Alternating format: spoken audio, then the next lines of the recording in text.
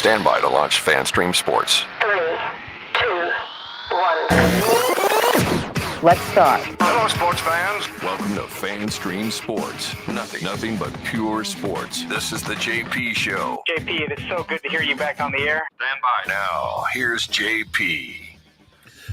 All right, welcome into another edition of the JP Peterson Show here on this Testosterone Tuesday. We love to get that out there each and every Tuesday because my man Tim Ham, IndyCar Tim, joining us from our DSP affiliate in Dallas. How are you, my friend? JP, I am in sports. I don't want to say heaven, but I mean, good God, can there be anything else going right in DFW sports these days? This is a lot going on. There's a lot going on. Yeah, you guys got some good stuff going on in Dallas, huh? Yeah, I mean, we're going to head into the conference finals in both NHL and NBA, and Rangers That coming doesn't off of a happen World often. Series, and Yeah. then there's the Cowboys. But you know, You can't have it all, my friend. You cannot have it all. Although we in here, Tampa Bay had it all for a pretty good run. We're still on a pretty good run. We're still on a pretty damn good run.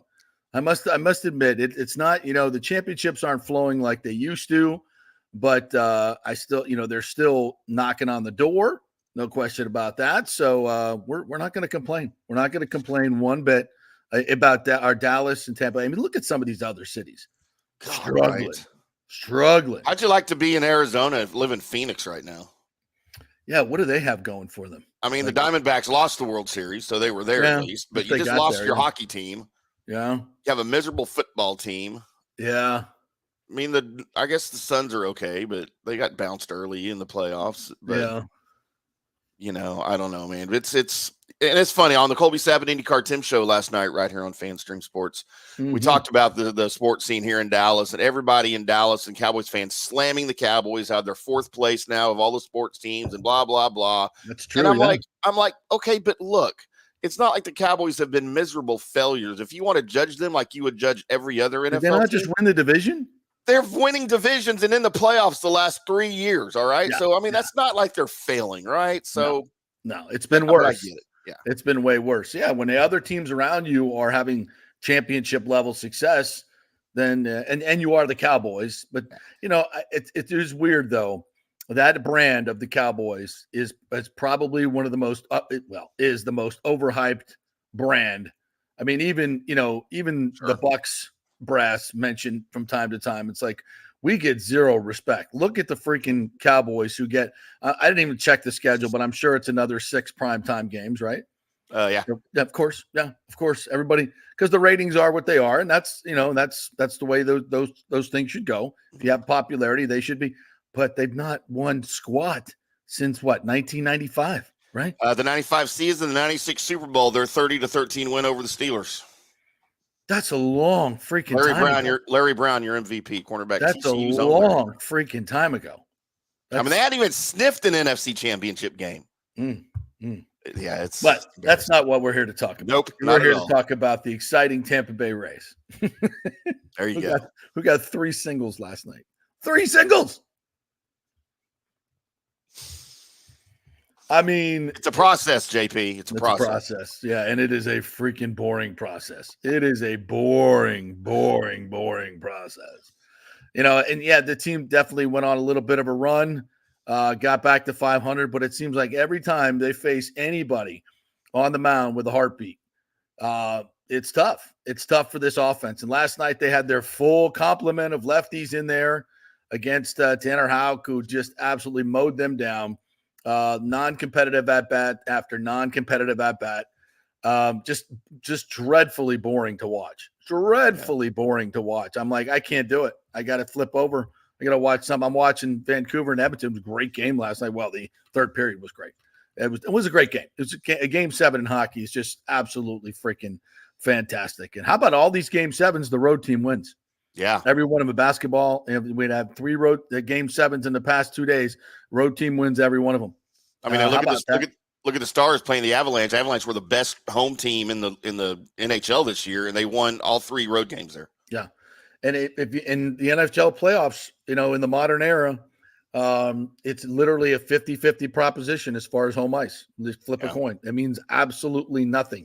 And you'd hope even in a game 7 it might be a little bit more, but no, it doesn't. So Very interesting to note that stuff. And sometimes, these teams get focused in, and it's kind of a us against the world mentality. And that's what we saw last night, but just an absolutely phenomenal game. So we got lots to get to today. Dan Lucas is going to join us this morning from News Channel 8. Always fun to chat with Dan. We always seem to get off on some crazy tangents and have fun with that. We get to show rundown. Look at that thing. Look at that. It's even typed out. Got mine too. I know. I got mine. Wow, look at it. It's in printed out. What are we doing here? I ran out of paper in my printer printing your run sheet. So many damn things, right? So what's on the damn rundown here today? Okay, we got we got those two guys. TJ Reeves is going to join us at 11:30. Of course, we'll spend a little bit of time on the Rays, not much. You do some USF stuff today. They've landed some really good offensive weapons, and they just fired their baseball coach, which I'm going to talk about here in a little bit. The Bucks OTAs going on. Antoine Winfield Jr. did his press conference yesterday. He's such a great story, so I want to hit on that a little bit. FSU and UF doing great things in the portal. And one of my favorite stories of the day. You going to watch the Mike Tyson Jake Paul fight? Yeah, it's funny. I guess we just had a big boxing match over the weekend, and I didn't know boxing was still a thing. And Colby, on my broadcast partner, started talking about it, and I was like, wait, they still have boxing? And then I remembered the Tyson thing that's happening. I'm like, oh, yeah, so I'll watch that for sure. Yeah, but Tyson Fury got decision this past weekend? Mm-hmm. Yeah. I know the dude is a different kind of athlete. I get it.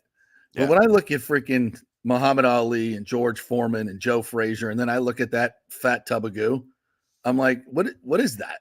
Like, that dude was the heavyweight champion for how long? I mean, he with a dad bod? Like, how the F does that work? And I know he just whooped my ass. But anyway, sure, yeah. That's a whole nother thing. Yeah, so Joe Rogan yesterday, I guess he got a look at the contract for this Jake Paul Mike Tyson fight. It's totally fixed. Really? I mean, does it surprise anybody? No. Nothing is real, dude. Nothing is real. Nothing is real.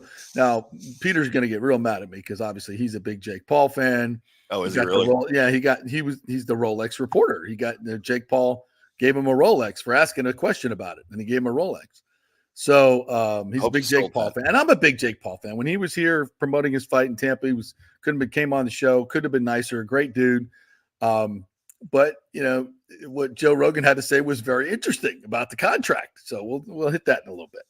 All right, so let's get into it. I wanted to touch on something we rarely talk about, USF baseball, and that's interesting, right? Why? Because they never do anything. And since I've been in this market, it's one of the most perplexing things to me that the USF has never really been consistently good in baseball. Like, USF, do you know how many baseball players come out of the Tampa Bay area? I mean, all-stars, Kyle Tucker, Pete Alonso, Brady Singer. We could go, this is just the recent guys. This is a recent guy, not to mention Hall of Famers, Wade Boggs, Freddie McGriff. I mean, it's crazy how many great players have come out of Gary Sheffield, who should be in. I mean, we could go Dwight Gooden. We go down the line. It's just amazing talent coming out of here because of the coaching that we have. Tampa Jesuit just won another state title. Doug Wechter's kid, Caden Wechter, part of that team. The Sheffield boys play on that team as well. I mean, the baseball lineage in the city of Tampa and in this Tampa Bay area is really second to none. I mean, in terms of per capita players in the major leagues, it produces more players and on rosters of D1 teams, the Florida Gators, right. FSU. I mean, every college baseball team in this state, University of Miami, consistently excellent, constantly going College World Series, constantly winning regionals, hosting regionals. It's Florida, for God's sakes. We do baseball better than anybody. But the USF has just been nothing for so long. And they just fired their head coach, Billy Mole, who's been there for 7 years, had one good run. 2 of the 7 years he was over 500. They didn't even make the AAC 8-team postseason tournament. They're under 500. This is, the program that produced Shane McClanahan. Yeah. And it's just, it's really, and a couple of really good pitchers. but sustained team success has not been something that they've been able to do. And here's the other weird part. And I think it was Matt Baker or Joey Knight at the Times who tweeted this out the other day. It's like University of Tampa, Division II, 5 national titles. Joe Urso is about to win his 1,000th game, their head coach. And they've produced 74 drafted players in his tenure. 74. I think USF had 12 players drafted in the last 7 years. 74 drafted players in the University of Tampa. My buddy, Frankie Gonzalez, his kid is one of their pitchers and just is a tremendous pitcher, and has had a great season. I think 13-0 this year. And their program, you go over there and look at the program itself, the facilities, everything. It's so exemplary, and they just win. Yeah. That's all they do. But USF has never been able to get baseball right, and it's the most bizarre thing. But there's a lot of great things going on at USF. Obviously, Alex Golesh at the first winning season, the 49-0 romp over Syracuse. They got this new stadium on the way. Basketball had a tremendous year this year. USF is on the come. Ain't no doubt about it. Alex Golesh said something the other day. He was doing an interview, and I retweeted it or reposted it on Instagram. And I thought he had a really interesting take about USF. He said, and this has been a take over the past 25 years, since Jim Leavitt took him to number 2 in the AP. And we've talked about this forever, but it's never seemed to materialize. Here's this humongous university from an enrollment standpoint, top 20 in the nation, 56,000 students, huge, but they've never really been anything consistent in terms of athletics. Now, a lot of that had to do with the previous regime. A president that was really focused on academics and growing the university from a research standpoint, which is exactly what they should be doing. Yeah. That is, but no, and you can't fault that. You cannot fault that as they became an AAU university. This is what you want. But the converse to that is they never focused on athletics. Athletics was always the redheaded stepchild, to a point of we'll tolerate it.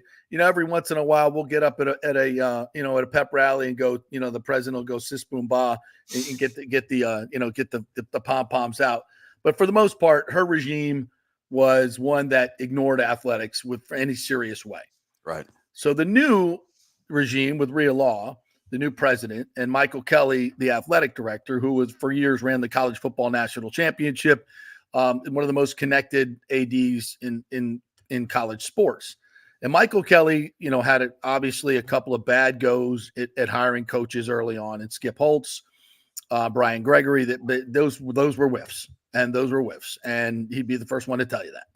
And Skip is a good friend of mine, love him to death, and to be quite honest, Skip, I don't think Michael hire. I'm not sure if he hired Skip or not, but when Charlie Strong, it's been a litany of guys that just didn't work out. Great guys, and great guys that have had success. And here's the key: guys that have had tremendous success everywhere else. I mean, Skip Holtz went on to Louisiana Tech and went to 7 bowls in 9 years. I mean, he had tremendous success at a much smaller school and won, 75-80% of his games. And I'll be the first to tell you that the infrastructure here at USF, when he got here, and the things that he've told me would blow your mind, like things that they just didn't care about. Then I would what? Are you serious?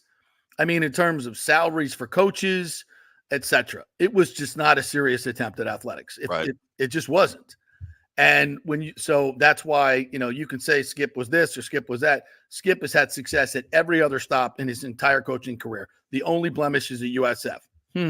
Wonder why?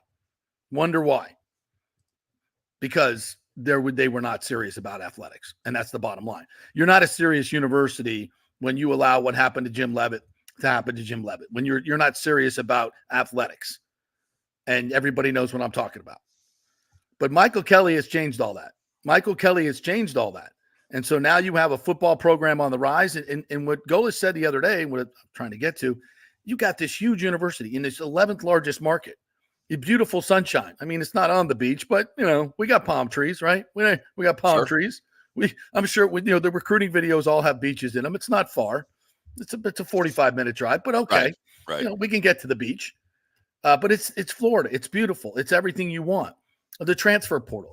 We've got, you come to the University of South Florida. This is, everything you'd want in a college experience, right? So how come it hasn't materialized? Because they've not been serious about athletics. And if you want to be a player in this field of highly, highly, highly competitive athletics, especially in the state of Florida, you better be a serious player. And that means putting money into it. And now finally, they've decided to do that. And here's the thing, and this is what smart administrators know in the world of college athletics. You can be a great academic institution and a great athletic institution. You can do both. You see it across the board. Michigan, Florida State, University of Florida. You see it across the board. High five. My man just got back from his 5th grade graduation. Oh, sweet. That's right. Yeah. Come here, buddy. It's a big accomplishment, man. Huge accomplishment. Show them all the medals. Look at that. Look at all the hall. Look at that. We got a science. What do we got? Science. We got a whatever this is. Whatever that is. We got a safety patrol. Yeah. And then we got this graduate one. Great job, buddy. Amazing. All right. Thank you. Great Hudson Confetti right there, my friend. Huddy Hud. Yes. So USF is finally serious about this. So let me throw this at you. I'm a college baseball fan, and clearly, an SEC guy with the Aggies and everything. So and I know you said they weren't serious about athletics. Well, here's a perfect example of how they weren't serious about athletics. And I don't know what their recruiting situation is. I don't know who they recruit against. Like you said, Tampa's a beautiful location. It's a beautiful place to attend school. But, you want as a recruit, you want facilities, right? You want some nice facilities to be in. You want to be watched. You want to have, people come to watch you play, and especially scouts and things like that. So USF just built a brand new baseball stadium in 2010, 2011, something like that. Yeah. Beautiful. The seating capacity at their baseball stadium is 3,000, JP. It holds 3,000 people. My high school stadium had 7,000 seats in it. Wow. For high school here in North Texas. Hell. The Aggies built Olsen Field a few years ago, and it's 8,000 or 9,000 seating capacity. You got seats all the way down the lines, right, to the outfields. Dude, it looks like just a little league ballpark to me. And if I'm a recruit and I'm serious about wanting to play at the next level, that doesn't appeal to me. Yeah. I don't know how you're going to get, recruiting is the first part of building your athletic programs. And if you can't recruit, you don't have the facilities to recruit, you're never going to do anything. And I know they got the new football stadium coming, right? And that's right.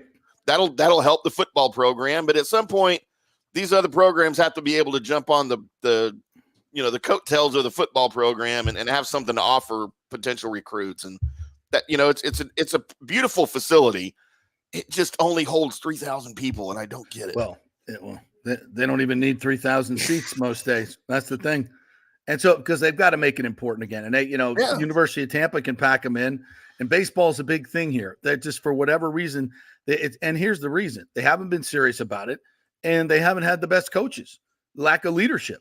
Yeah. And they got to go find, and this is on Michael Kelly now, to go big game hunting. There are some guys, that live here. And I'm not saying former baseball players are the way to go.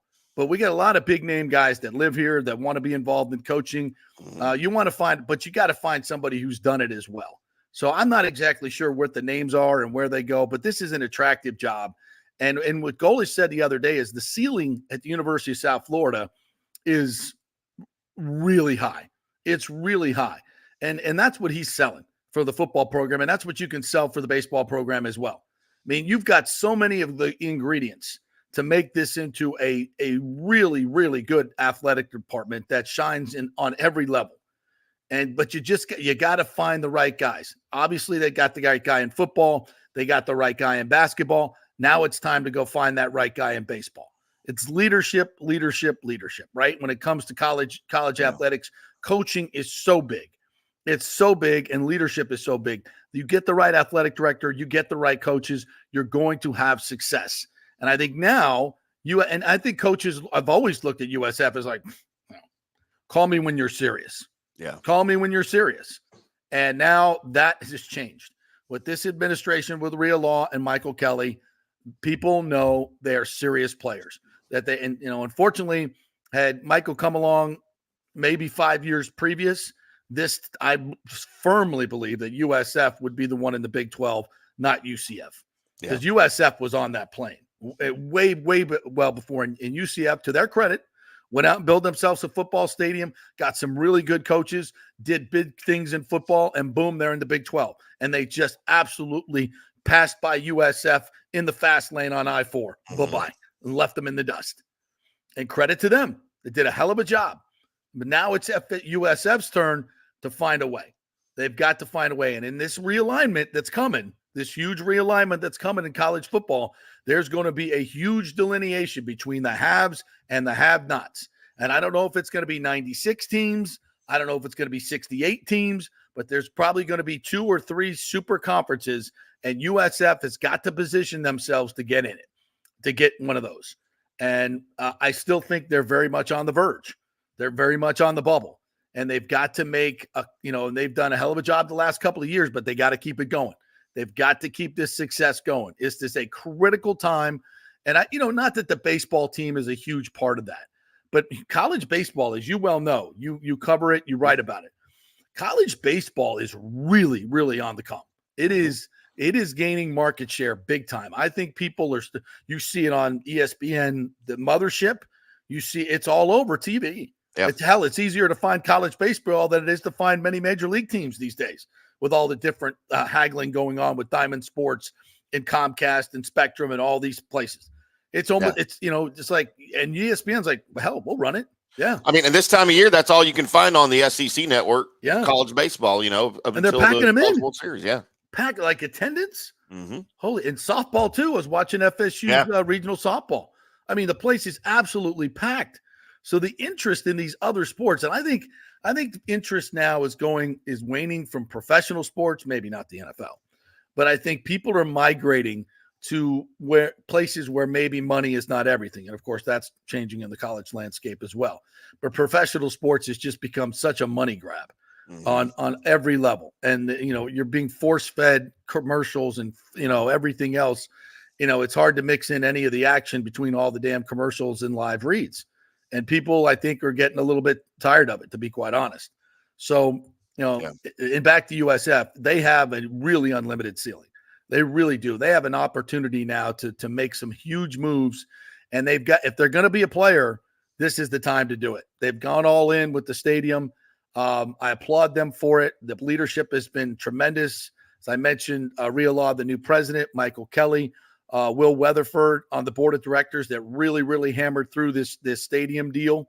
And they got it done. So now is a great opportunity for Michael Kelly to take a step in this baseball search and go find a guy that could put USF on the map, because recruiting, my God, you have a fertile ground here. Just within 100 miles, some of the best baseball players you'll find in America.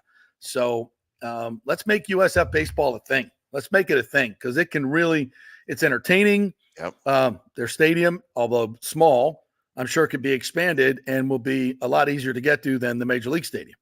Oh my gosh, right. Yeah. So, I mean, so where are you going to go watch baseball?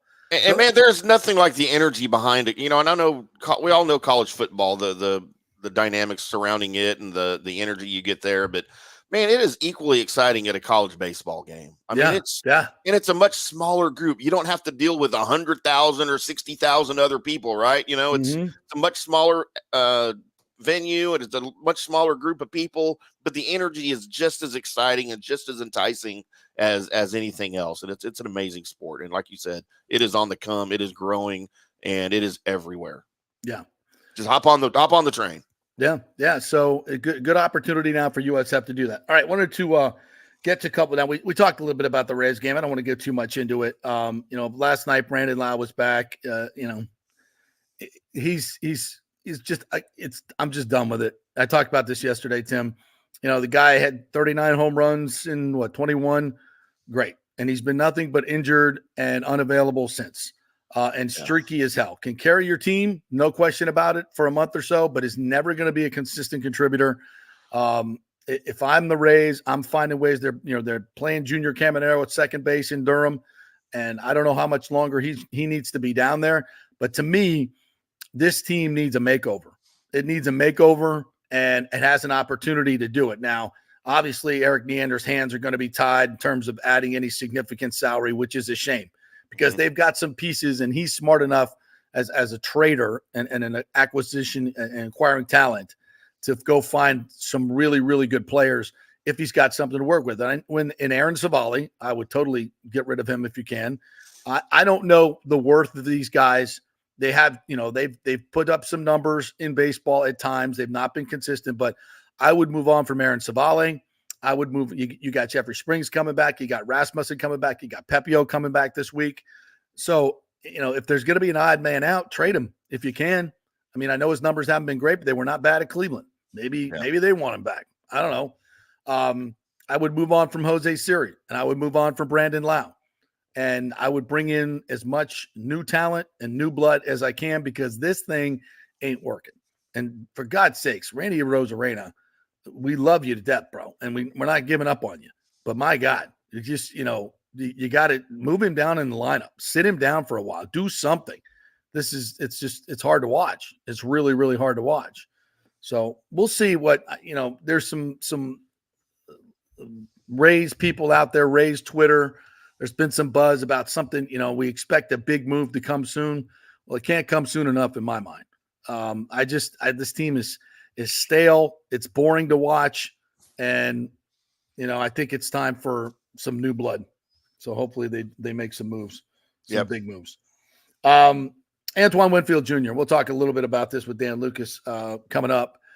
Yesterday had his press conference. We played the sound, I think it was last week, of him basically manifesting all-pro, highest paid, all-pro, highest paid. And he did that before last season, then went out and had an all-pro season. And thank God he was recognized as that because the numbers were just off the charts. 122 tackles, 16 passes defense, 4 fumbles caused, 4 fumble recoveries, 6.5 sacks. I mean, and some of the most game-changing plays that you'll ever see, knocking the ball out at the goal line. He's as good a player as I've seen in terms of playmaking on defense in a Bucs uniform probably since Rondé Barber, who, by the way, has a bust in Canton. Now, of course, Antoine's got a long way to go, but he has earned it. And more than anything, and you can see this at the press conference yesterday, just epitomizes the culture of this team. Hardworking, soft-spoken, not a me guy, definitely not a me guy, an us guy. And then you want to reward players like that. And I think it's a great sign when you keep your own players like they've done with Mike Evans, Antoine Winfield, Levante David, and you reward them because it sends a great message to the people in your locker room. Look, you do the things that we ask you to do. You be a good team player. You be part of the Bucs culture that we're trying to build here and have built here in terms of winning and being about team and not about me. Because Timmy, all about the me generation and the me in Dallas. And I think it's been a huge part of the reason they haven't been able to get over the hump. It starts at the top. Mm-hmm. The dude just wants to be in the spotlight and it's all about him. And it trickles down to everybody. It's hard to get everybody on the same page when, the leader of the franchise is all about, look at me. So Antoine Winfield Jr., love you, brother. And watching him at his press conferences, it warms me inside to know that it's easy to root for these guys, man. It's so easy to root for them. Yeah, and I saw a little bit of initial backlash at the contract, of him being the highest paid safety in the history. I saw a little bit of initial backlash immediately, but it seems like that's all settled. It seems like everybody's on board with it now, fan-wise and everywhere else. Yeah, there was going to be, I think, when you read the national people especially, they'd be just looking at the numbers and like, it's safety, the highest paid defensive back. Like, what are we doing? I mean, this guy, he wasn't even a premium draft pick. Like, who's this guy? Yeah. And then you start digging into the numbers, and God forbid you actually turn on the tape. Yeah. You're like, oh, Oh, so he's the best playmaker defensively, possibly in the league. Yeah. Oh, well, yeah. He probably okay. deserves. Yeah. Okay. Yeah. I get it now.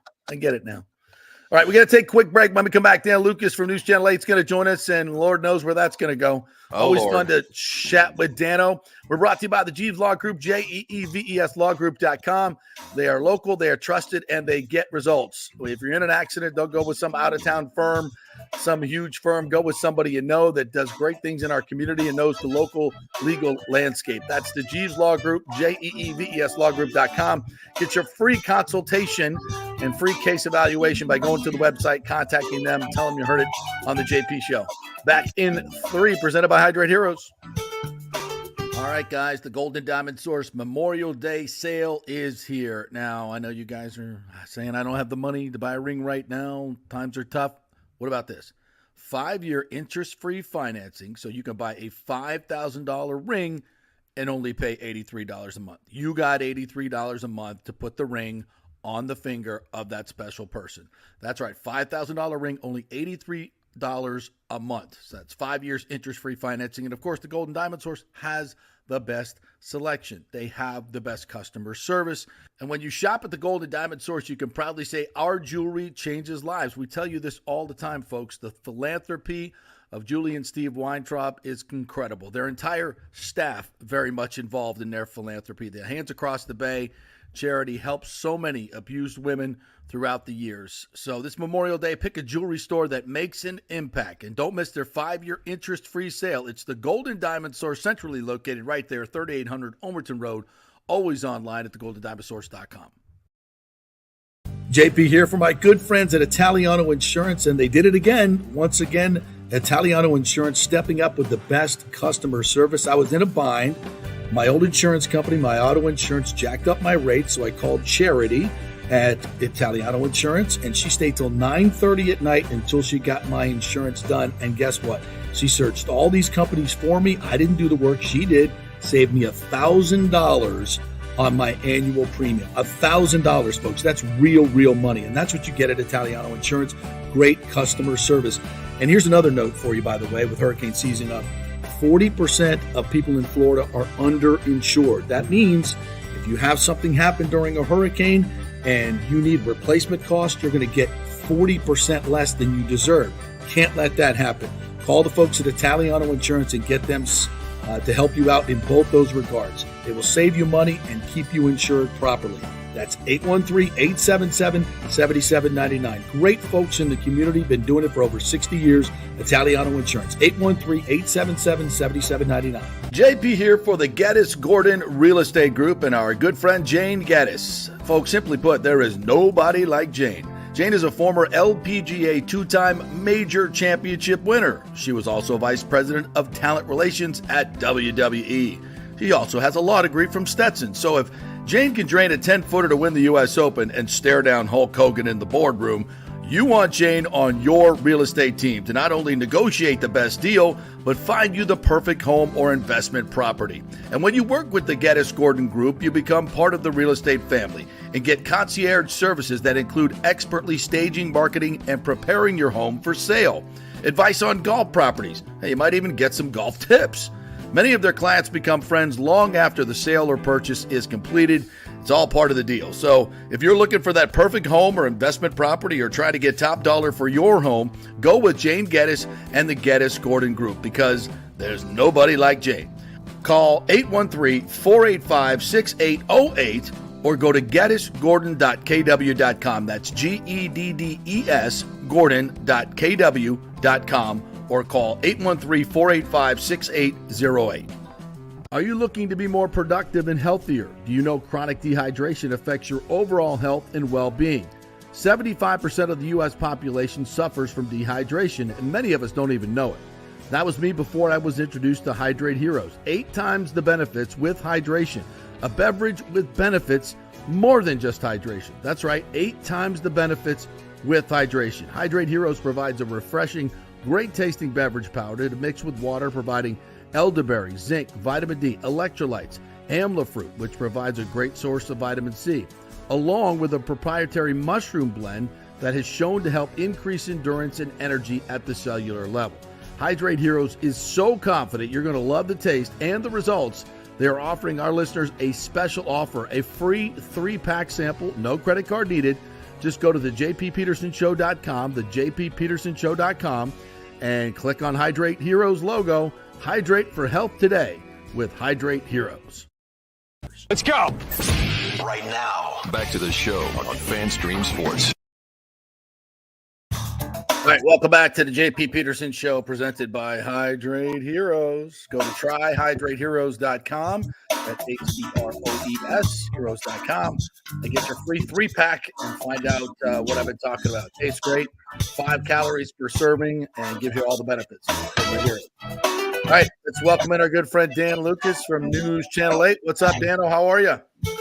Boys, how you doing this morning? I got high school. There you go. Graduations coming up here in the Lucas house. Oh, so I got parties, I got airport runs, I got all this stuff getting ready to go. You know the drill. Oh yeah, you know the drill. Oh yeah. When family gets together, I don't know about your family, but we used to have some very interesting family gatherings. By the way, do you watch the show? Did you ever watch the show Succession? Yes, but every family has that character, and no matter who you are, your background is, you're like, we have that. Yes, we have that, and we have that. My uncle, my grandpa, we got it all. We got it all. So now the key is, like, do you want them at the family gatherings or maybe not? Right, exactly. You never know what grandpa's going to say, or what end it's going to come out of. You have no idea what's going to happen with the old guy, right? And this is like a one-off type deal because holidays, you get ready for the holiday season. Whoever can make it into town. Sometimes there's a summer gathering. This is different. This is no one's ever together in May, so this is kind of an interesting catch-up session, if you will. So I mean, we just had everybody in town for Christmas and everything, and now they're coming back in a few months. And some people coming in who, they're like, I love coming to Florida when it's not hot and humid. I love December. Well, wait till you get here in May. It's going to be awesome. You're going to love it. So there you go. Welcome to the Lucas family. I just had a 5th grade graduation. Haven't been to a 5th grade graduation in a while. So my stepson we just had him on the show. He brought home all the hardware. And I was like, you know what? It's good to see they're not doing participation trophies. It's like they were like taking people that, like, this is exemplary. It wasn't just everybody getting trophies. I'm like, okay, that's I like this. Let's recognize people standing out and being wonderful. Putting in the work. In the work. That's what's beautiful about that story is if you're a 5th grader and you're like, man, I didn't get anything. You still have time. You still have time if it matters to you to fix that. It's not like it's remember that feeling while you're sitting there and everybody else is walking up to the podium and you're like, right, maybe I need to get off my ass and do something if I want to get recognized, right? That's supposed to be the motivation, right? Exactly. Maybe I should have taken that project seriously. Mm-hmm.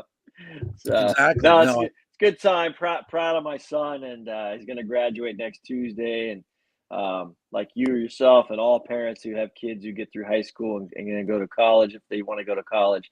I watched this kid, just shovel crap and grind, go through good and bad. COVID BS they had to put up with. What a bizarre year, really more than a year that was. It was insane. Ridiculous. But he went through that. You know what? I'll say this. I don't want to get all into the COVID stuff, but his friendship with his friends, you kind of found out who your friends were during that period because all he had was Xbox and then FaceTime and his buddies to keep in touch with guys. It was, and so that coming out of that, his closest friends were the ones he was tight with during that period. So I don't know, kind of a psychological experiment, I guess, if you will. So, but it's all coming to the finish line for high school this week. So I'm really on to college. Yep, he's going off to school. Yes, he's going to go down to New College in Sarasota. Nice. He's going to play on the soccer team. Very excited Nice. about that. Yeah. So he's Well, congrats. fulfilling one of his dreams. So that's cool. Well, listen, in this day and age, in the COVID and everything else, to graduate and get a scholarship or just play in college, that's a huge accomplishment. That is a huge accomplishment. It takes a lot of good choices. It takes a lot of hard work. It's extremely competitive. So if you can do that, your kids can do that. As a parent, you've done a hell of a job. And the kids have done a hell of a job. Congratulations. One of these days, JP, we'll do an entire 3 hours on the process of college recruiting these days. I've just gone through it, and it ain't what it used to be. I'll tell you that right now, and it's insane. You get some NIL money? You got no, they don't really deal in that yet at Newcastle. No. But yeah, well, if I could get Ringling from the grave to there you go, donate something, maybe he can. But I tell you this. College recruiting, and if you're a parent of kids, any sports, we always think of it as the big ones, football, basketball. It doesn't matter if your daughter plays volleyball, if your daughter plays softball or swims, your son plays baseball.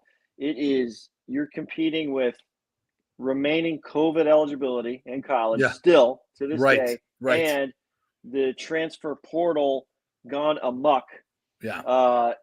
In the football world, we know it well, obviously, because it's mainstream. But in all sports, it is transfer to the extreme where the high school kid has no shot. Yeah, and that's heartbreaking for me. I had a coach during the process tell me, talking about transfers, and he said, if I have one spot to fill, who do you think I'm taking? Transfer or a high school senior? I got to win. Right. So that's what you're up against. That's what you're up against. It's not the end of the world, but man, you got to build relationships and do some diligence. How did the freshman kids even get a shot?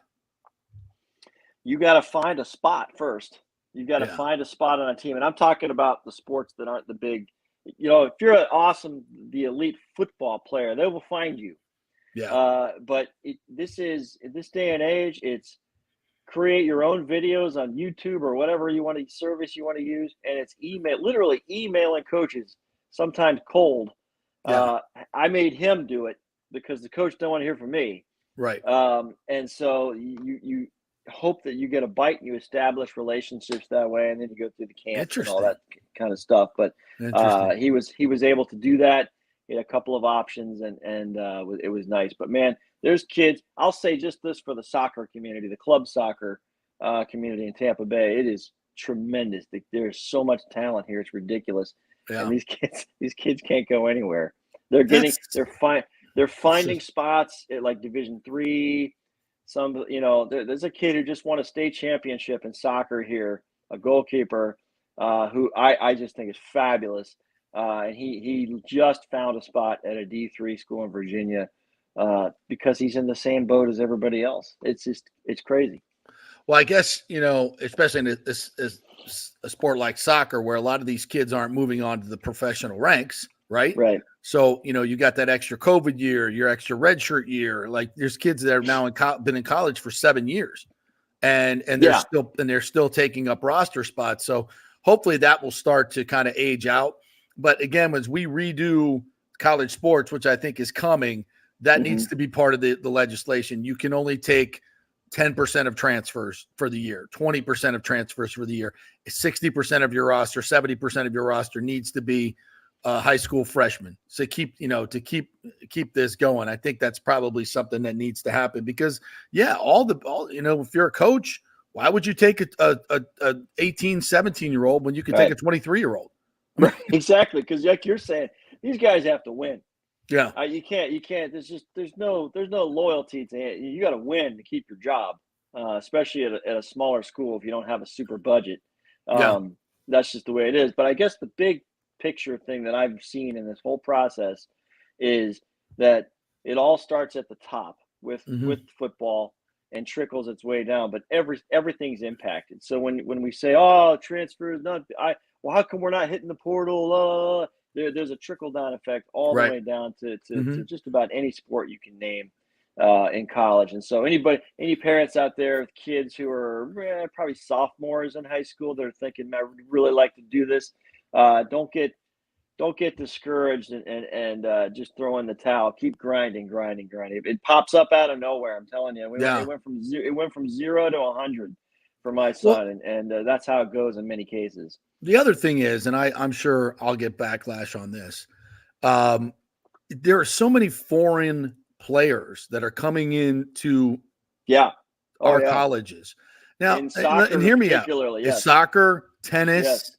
You know, I don't. When I go see a tennis team, and I look at the roster or a golf team, and like 8 out of the 9 scholarship players are foreign players. Look, I'm all for diversity. I'm all for bringing people in, you know, giving them opportunities. But what about the taxpayers, the American taxpayers that are funding these universities, funding these athletic departments? And our kids, you know, are trying to find spots.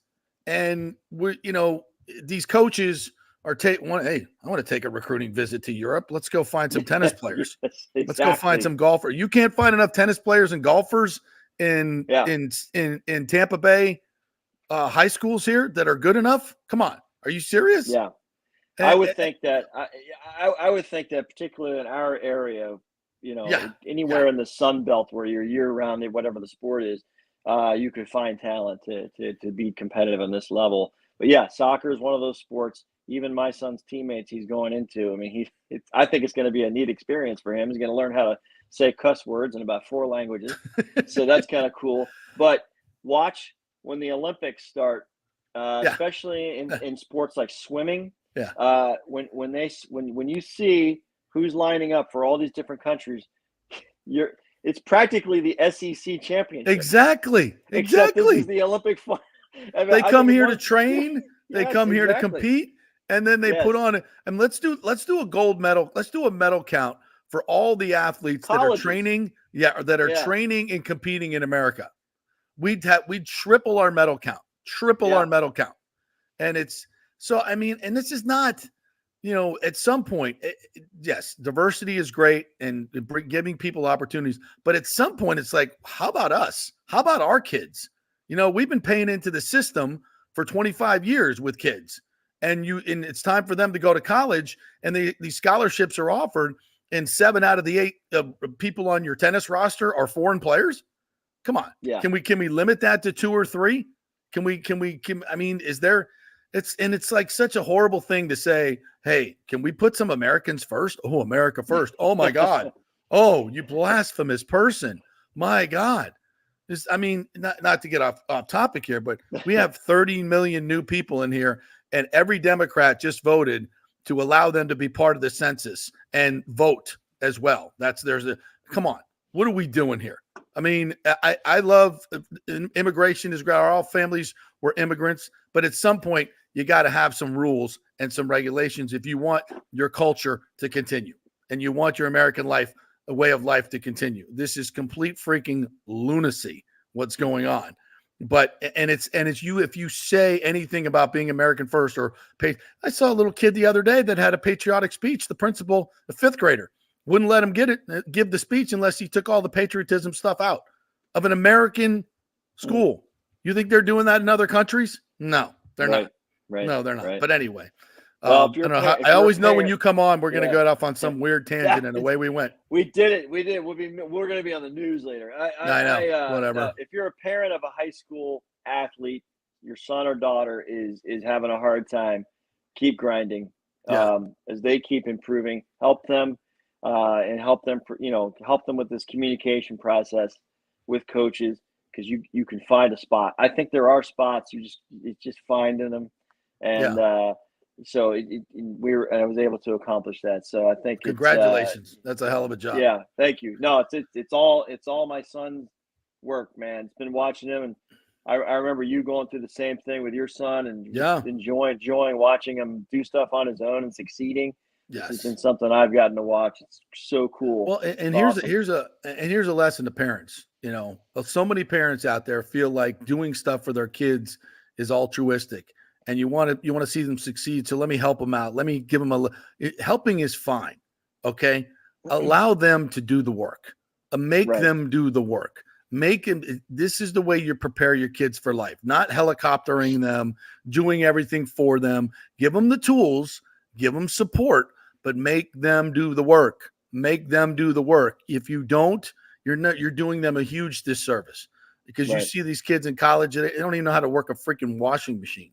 They can't cook a hot dog, and they can't certainly go out and do things on their own to get jobs. And when they get into the workforce, mommy's not going to be there to do everything for you. So prepare them. And you did a great job letting your kid do that work. Help them out, get them some internet at the house. That'd be good. But they got to send the emails, let them send the emails, let them do the work. And I applaud you for that as well. Speaking of that, I kind of talked in the first segment about USF baseball. They just fired their head coach, Billy Mole.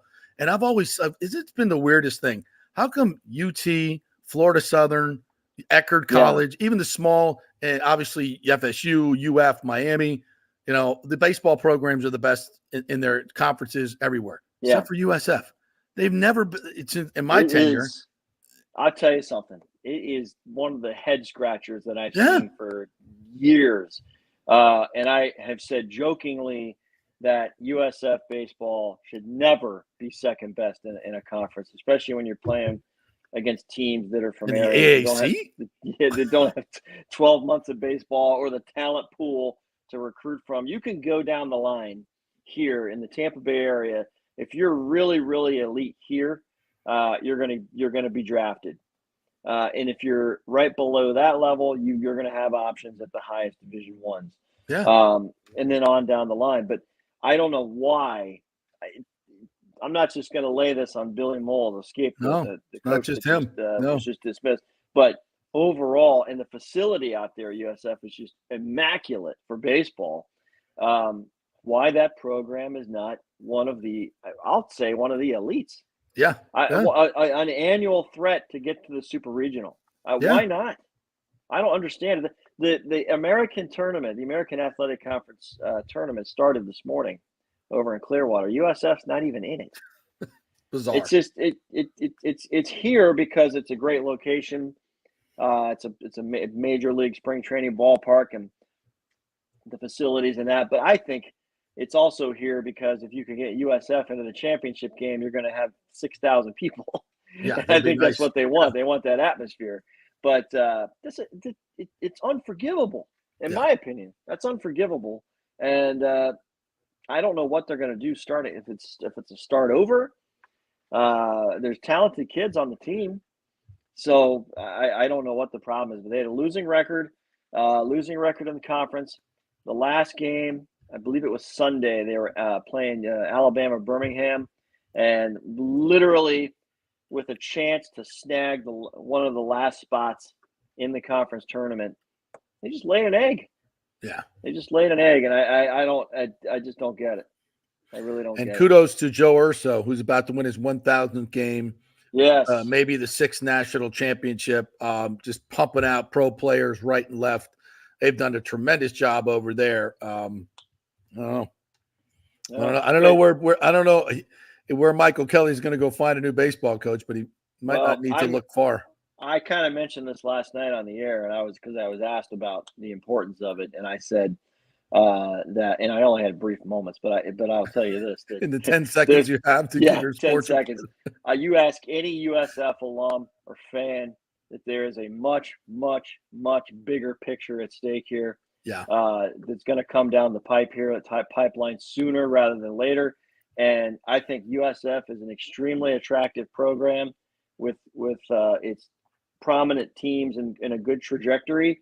But when they look across the board, I think baseball is very important. It needs to be very competitive and something that let's just go ahead and say like the ACC would be interested in having USF in, because baseball is one of the programs that would keep the ACC prominent.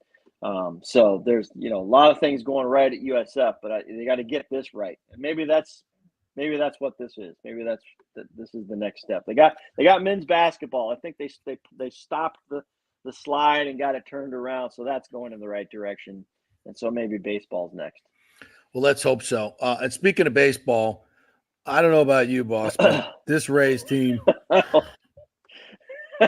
Man, I'm like Ashley. I'm just put on MILF Manor. I can't watch this anymore. 600-pound life. I don't care. 90-day whatever. I can't watch anything but the Rays baseball, please. Sometimes, and the Rays aren't alone. I can tell you this. Sometimes when it's not going right, it's unwatchable. It's unwatchable. And the thing about the Rays is, when the bats aren't hitting, they've always been able to outpitch the problem. And when it's the opposite, you've had the who's who guys on the Rays roster, driving in runs. So you lose a game 8-6 or whatever. At least it's entertaining. But yeah, last night's game, Taj Bradley's mowing guys down, 1, 2, 3 innings early, and then you knew the inevitable was coming, and it did. Did we lose you? And the Rays, they didn't even get a guy to second base. Oh. All night. You had Yandy Diaz gets a single. He's thrown out at second. Then you get 2 base hits, and the following at bats are double plays, and those are your 3 hits. Yeah. For the night, you didn't even have a runner in scoring position. It's just a turd. It's brutal. That's just a bad game. Yeah. So and this is a team that's coming off of a road trip that was terrific. And Brandon Lau, I'm done with Brandon Lau. We have to make room for him. I'm like, really? Make room for Junior Caminero. I'm done with Siri. I'm done with Brandon Lau. You can have Aaron Savali. Make a deal.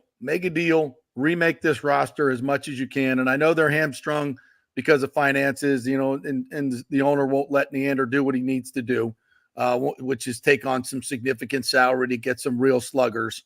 And trade. I'm not trading Junior Caminero, but you've got some trade pieces that you could use to make this team way more competitive. And I don't know if that's coming, but I would like to see it.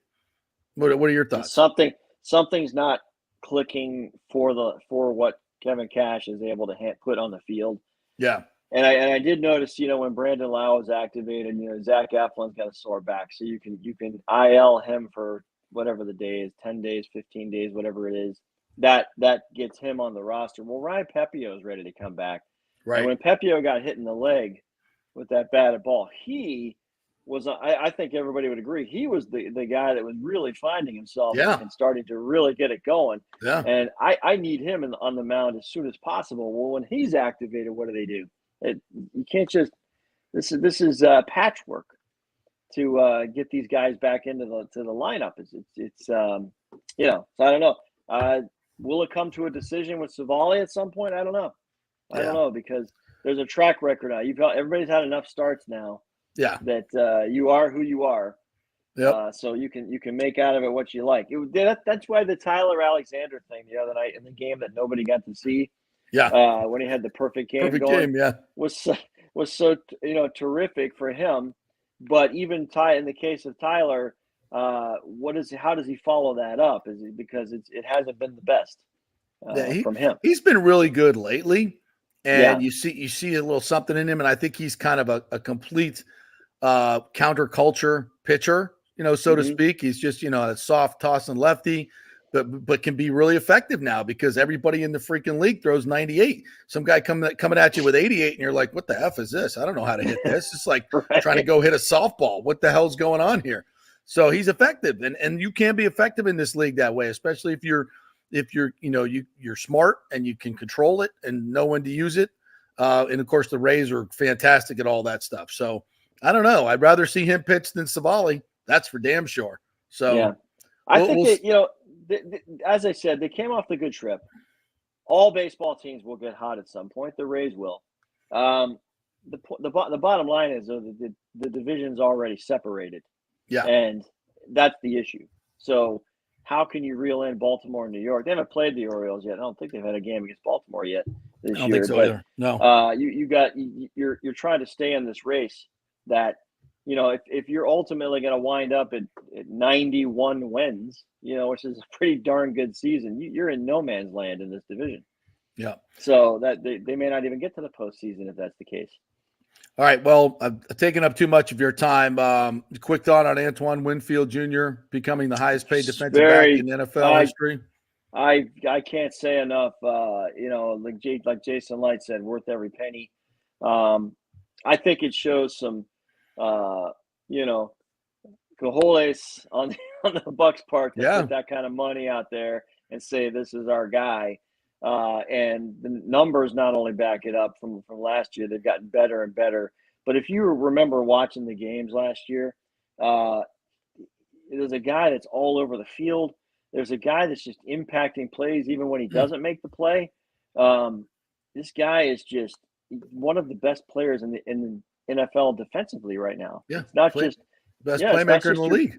Not just your big pass rushers and your big defensive linemen and that, but he's one of the most important pieces on this defense. And just to secure him, I think shows the locker room first that we're not doing this massive rebuild that everybody thought was going to happen. It started last year. Last year they really put together the best they could with their finances, and they did what they did. I don't think it's out of line to expect even bigger things within the locker room this year from the team. And then you go to the fans, you should be really excited about having Antoine Winfield around. Yeah. I just love the character of this team, the culture of this team, the way they've built it, who they've chosen. I think Jason Light has really dialed it in terms of his draft picks, who they decide to, because I had someone in the chat here talk about, do you think he would have held out Antoine Winfield? Well, I'll be honest with you. This contract took longer than I thought it would. And clearly his representatives wanted to make him the highest paid player. And I think the Bucks at first went, okay, pump the brakes. They were not used to safety. And the more and more they talked, and the more film they looked at, and they're like, salary cap's going up. We know that this deal might not look too bad in a couple of years. But if we're not paying Antoine Winfield Jr., who are we paying? Right. Like, if we're not going to spend the money on this guy, I don't care what position he plays. He makes more plays on defense than anybody in the league. Like anybody in the league, that's backed up by numbers. He's got the best attitude. He's homegrown. He does everything right, does everything the way you want it. He's not a pain in the ass. He's not a diva. He's not a me first guy. He produces. You want to send a message to your group of guys like, hey, you do it the right way, Devin White, and you'll get paid. You do it the wrong way, you're going to get the hell out of here. So yeah, he's worth every penny. I agree. Yeah. So I was happy for him yesterday. Big smile on his face. They're on the field right now, OTAs. So we'll get a chance. I'm not sure who we're going to get a chance to talk to today, but I'm interested to see how things are going. You know what? Baker Mayfield made a comment the other day. He was at Feeding Tampa Bay, and we had a chance to talk to him.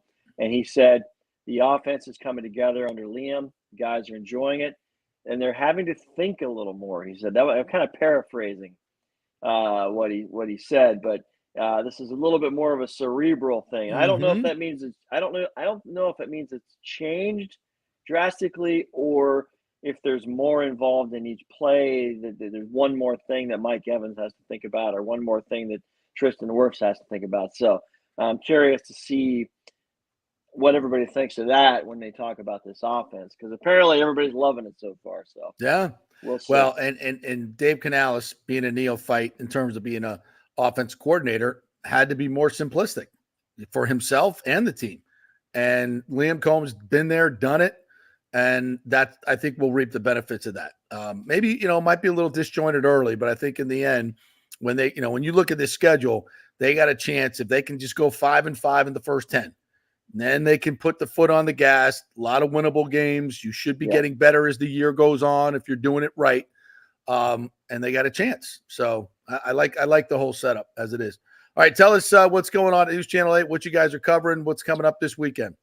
OTAs, as we mentioned, tonight, and then tomorrow night, big deal for the Tampa Bay Rowdies at Al Lang Stadium in St. Pete. They will be playing FC Dallas from Major League Soccer. Oh, not on my radar. Not on my radar. Round of 16 in the U.S. Open Cup. So if they win that, they call it a cup set in the Open Cup. But that would be a massive, massive accomplishment for the Rowdies if they can win that game tomorrow night, and would put them in the final 8 of that tournament. And they're MLS? Separate. This is the MLS team from Dallas. FC Dallas. Yeah, MLS tomorrow night at Al Lang Stadium. So that should be a pretty big deal. The Rowdies, They played the Seattle Sounders. Gosh, it's going to be over 10 years ago now. They beat them I in remember LA. that. It was a big deal. Yes. They played Houston. They played at Orlando City a couple years ago. Lost in the U.S. Open Cup.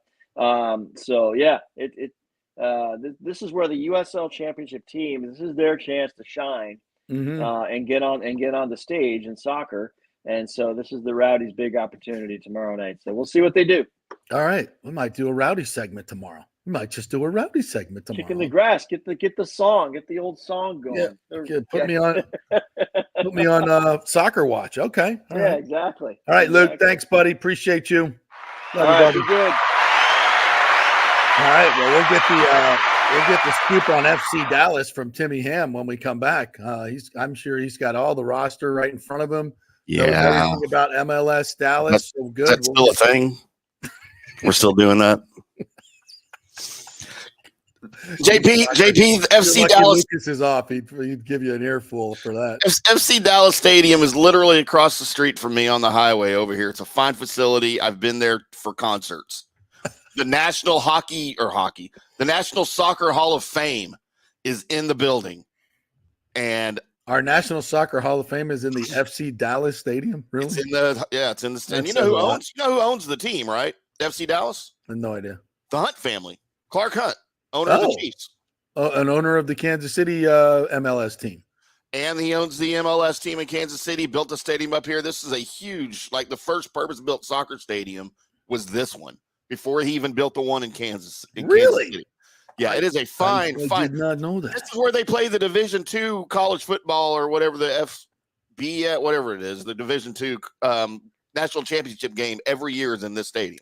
Oh, wow. But it's literally, I could throw a rock almost and hit it on the other side of the highway. And you've never been to a soccer game there? And I don't care. Okay. Well, maybe you're not the one to talk to about this then. All right, we'll take a quick break. We'll come back on the other side. We won't talk to Tim about FC Dallas. But we got much more to come. Antonio Brown going bankrupt. That should be fun. The Tyson fight, I got to get to that. That's already rigged. We're going to talk some college football as well. Much more to get to. TJ Reeves is going to join us. Stay with us. Lots more here on the JP Peterson Show. Back in 3.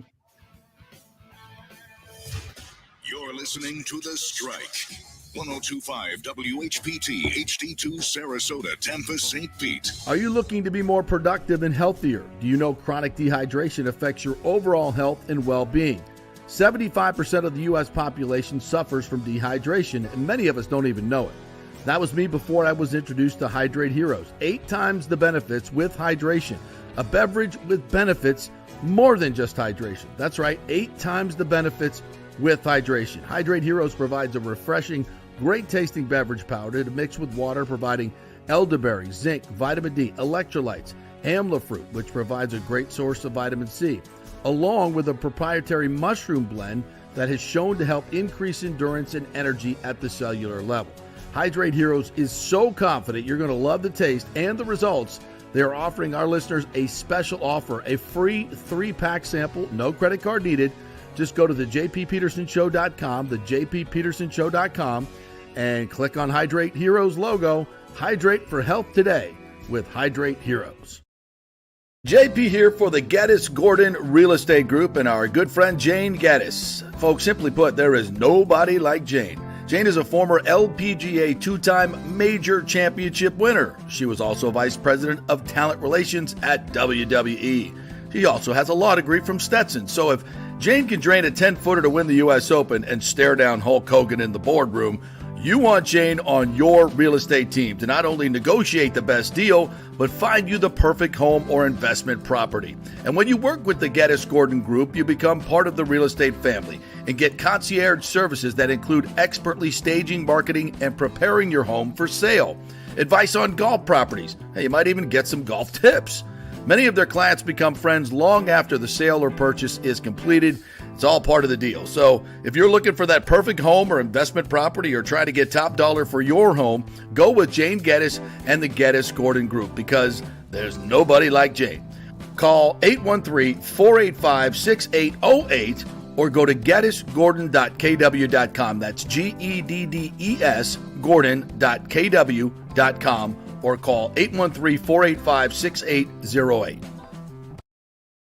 Hey, the Golden Diamond Source Memorial Day sale is on. You got a graduation coming up right now. You want to get a gift? What better way than to go to the Golden Diamond Source right now? Your destination for over 40 years, if you can dream it. They have it all under one roof. Folks, graduation gifts are very, very special. So get them something shiny, something that will last a lifetime. And that's the Golden Diamond Source. They have a tremendous selection there, great customer service. And of course, if you're selling or trading jewelry right now, you can get the highest trade-in value of the year for your diamonds. Upgrade today and use that money towards a graduation gift. It's the Golden Diamond Source, 3800 Olmerton Road, always online at thegoldendiamondsource.com. JP here for my good friends at Italiano Insurance, and they did it again. Once again, Italiano Insurance stepping up with the best customer service. I was in a bind. My old insurance company, my auto insurance, jacked up my rates, so I called Charity at Italiano Insurance, and she stayed till 9:30 at night until she got my insurance done. And guess what? She searched all these companies for me. I didn't do the work. She did. Saved me $1,000 on my annual premium. $1,000, folks. That's real money. And that's what you get at Italiano Insurance. Great customer service. And here's another note for you, by the way, with hurricane season up. 40% of people in Florida are underinsured. That means if you have something happen during a hurricane and you need replacement costs, you're going to get 40% less than you deserve. Can't let that happen. Call the folks at Italiano Insurance and get them to help you out in both those regards. They will save you money and keep you insured properly. That's 813-877-7799. Great folks in the community, been doing it for over 60 years. Italiano Insurance, 813-877-7799. Let's go. Right now, back to the show on FanStream Sports. All right, welcome back to the JP Peterson Show here as we roll on, presented by the great folks at HydrateHeroes.com, plant-based.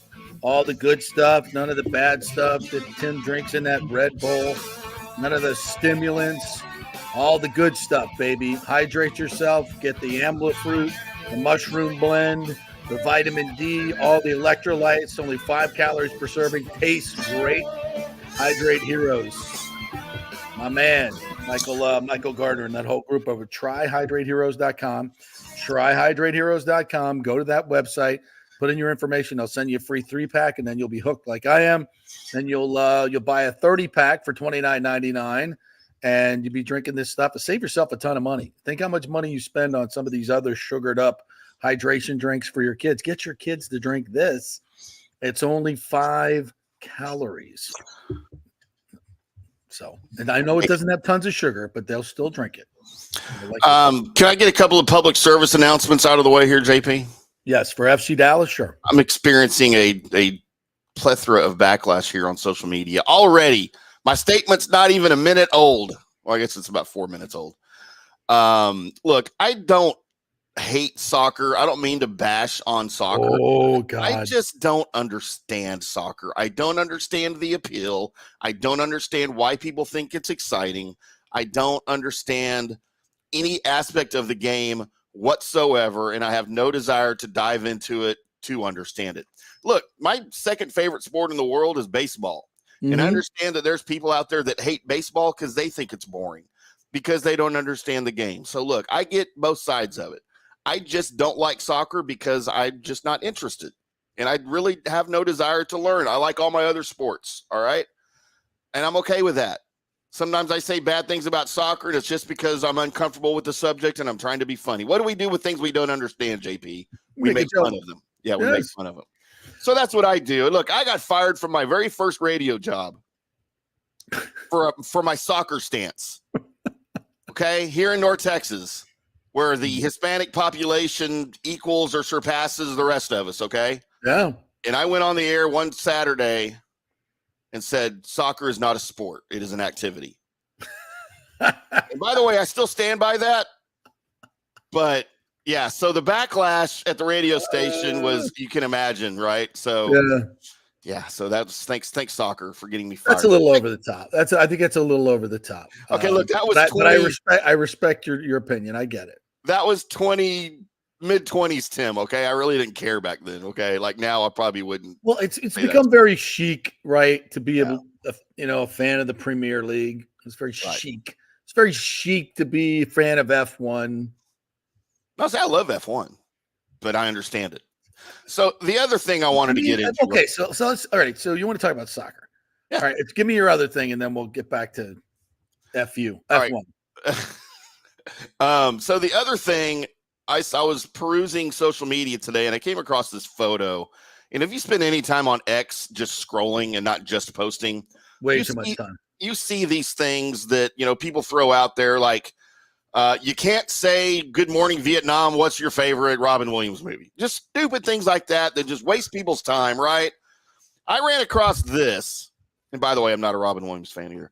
I came across this, and this gives me so much less faith in the future of humanity than I already had, because I have no faith in our future. I have zero faith, right? My poor kids probably is doomed. We'll see the end of the world, because I came across this.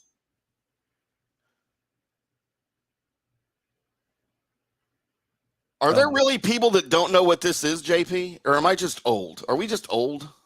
I don't know. Do people not know how to drive a standard or a stick shift? Or that they think the I was at first, I'm like, wait a minute. Is this a math problem? No, this is a stick shift. This is a gears. Yeah. It's an R. That's reverse. Right under the 5 is an R. It stands for reverse. Right. Yeah. Hey, and listen, I left college for one semester to help manage some valet lots in Fort Lauderdale because I needed cash for college, and I made a shiz ton of cash doing it too. But one of the great joys of that is being able to drive every car under the sun, from trash Toyotas to Lambo. Mm-hmm. Like, and that's so you would get into cars and you'd be like, okay, all right, let's see what we do with this one. And by the way, if you've ever tried to drive a Lambo stick shift, there's a pretty good chance you're going to pop the clutch every time, because those clutches are hard. They are racing level clutches, and you got to get used to each and every one. And if you pop a clutch in a valet car, oh my God, you are going to get so much crap from your fellow valet guys. Yep. So you see a Lambo pull up and you're like, hey, guys, that sit on their ass all night and do nothing. Yeah. Jump up and like, oh, I'm going to try to grab that one. Right. And so you jump in the car, and the guy, of course you got to park it up front, which means you got to find reverse and back it in. So it's like, you might want to drive it, or you might not. You might not want to drive that sucker. Backfire real quick on you. Yeah, really, really quick. So you got to have confidence. Driving a car like that, you got to have confidence in working the clutch, because if you don't, you're going to look like an idiot. So it's not easy. But that being said, it is a joy to drive a stick shift. So much fun. And it's absolutely. Now, have you used the like on my BMW, my cheap BMW? That's a brag. Yeah, it does have an option to use paddle shifters. Standard. It's not even a paddle shifter. It's an actual stick shift that you can go to a standard shift, and you can use. Like an auto stick, I think is what they used to call them. Or it's like sequential. It's not here's first, here's second, here. Okay, it's up or down. No clutch, type. But it's pretty cool. I don't use it often, but it's like, it kind of brings you back to the old day, because I had a Jeep that was a 3-speed Jeep that was, by the way, not like that. It was, first was down, reverse was up. 3 on the tree. So second and then down, and then third gear. So it's, it's all different, but it was fun. And if you've never driven a stick shift, you're missing something in life. You gotta do that. It's fun, man. All my kids, I've got 3 kids that are old enough to drive now, and every single one of them learned to drive on a standard, because I made sure of it. Because that's how I learned to drive, was on a stick. Yeah. On my mom's 1983 Nissan Sentra station wagon. Now, as we move off that, soccer to me has been an acquired taste. It has been. I did not, and I am partial to sports that I played growing up. And obviously football, basketball, baseball. I played all three in high school. Also grew up playing tennis and golf because I was in Florida. That was mandatory. Even threw in a little highlight here and there. But I never played soccer competitively. In college, I played goalkeeper because, you got good hands. You know angles, right? So I play a little bit of goalkeeper. But I couldn't even take the goal kicks because I sucked at kicking the ball. I sucked at kicking a ball. So I had to have one of the other players take the goal kicks. But I just could never get into the sport because I didn't really understand the nuances of the game. And just like NASCAR, never got into NASCAR until I started covering the sport and understood the nuances of the game. And how it matters. Downforce matters. It matters how you set up the car. It matters what tires you put on the car. All these things are strategies, just like zone defense in football. And when you understand the nuances of it, it becomes a lot more interesting. I don't understand the nuances specifically of F1 racing, but I don't like it because of the elitism of the entire sport. Sure. It's disgusting. The cost to go to a race, the cost of, the fact that there's no overtaking. And first of all, can we stop calling it overtaking? What kind of elitist bull crap is that? It's passing is what it is. It's not overtaking. And it's also not slipstreaming. It's drafting. It's drafting. That's right. It's drafting. So, to me, I was starting to get into F1 because, like everybody else, of the Netflix series. And you start, but then it becomes more of a show. It's more of a freaking fashion show and than it is a sport to me. It's a traveling carnival that really has not a whole lot of competitiveness to it, obviously, because the same dude wins every week. So I don't know. To me, F1 has become a kind of farcical because of the money that's involved, all the attention that's paid to it. Yeah. People want to show up to be seen. It's no accident that the three races are where? Vegas, Miami, and Austin. Yeah. The other three elitist cities. Thank you. And three overrated cities. Maybe not Vegas, but Austin and Miami. So look, I can understand if you are new to the sport of F1, all of those things that you just said are 100% accurate. I've been following F1 and F1 IndyCar since the late 70s, F1 since 1984 when they had a race here in Dallas. My dad took me to it. And it wasn't always like that. It was always more of a blue collar sport, at least for here in the States, and the differences between Formula One and IndyCar were a lot greater back then. There was a time when the Indy 500 was a Formula One points race way back in the day because the cars were so similar. But nowadays, I watch it because more of nostalgia, and even the new races I'll watch. And yes, I hate that Max Verstappen wins every freaking race. I hate the Ferrari drivers. I have my favorite teams. I hate that Michael Andretti can't get his team into Formula One because of politics, and he's trying really hard to get an American team back in there other than Haas. But, it's just for me, I followed it for so long, right? And I know the history and everything and the storylines behind all of it. But, it is what it is. I watched indoor soccer in the 80s. I loved going to old Dallas Sidekicks games at Reunion Arena like that because there were $3 tickets to get in. Right, yeah. Me and 10 of my friends from school would make a night of it and drive downtown and go. And I've just never gotten into the full field outdoor soccer. And I kind of wish I could. And I've tried, man. I'll watch World Cup. I will watch World Cup soccer. Me too. Out of respect for my country, right? But I have a rooting interest. Yes. Other than that, I just don't. I can't. But it's it's interesting to me that the culture of the sport now matters. The culture of the sport matters to me on whether I want to watch it. Yeah. And I can't watch. It's really hard for me to watch the NBA. It's really, really difficult for me to watch the NBA because of what went on, during COVID and all the other stuff that went on. The politics of the game really, really turned me off, which is why I'm now coming back to the NBA because of this new breed of player. That just, the old guard is gone, thank God. And I'm all in on the Timberwolves. I love the Mavericks, the Timberwolves.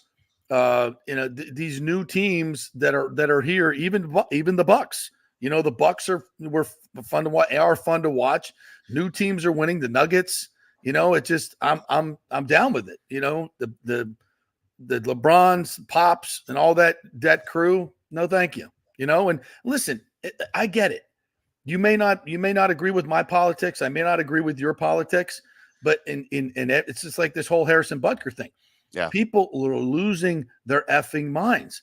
Like the NFL is going to sanction that guy and have to put out a statement about that guy and all the other stuff that goes on. You got to be effing kidding me.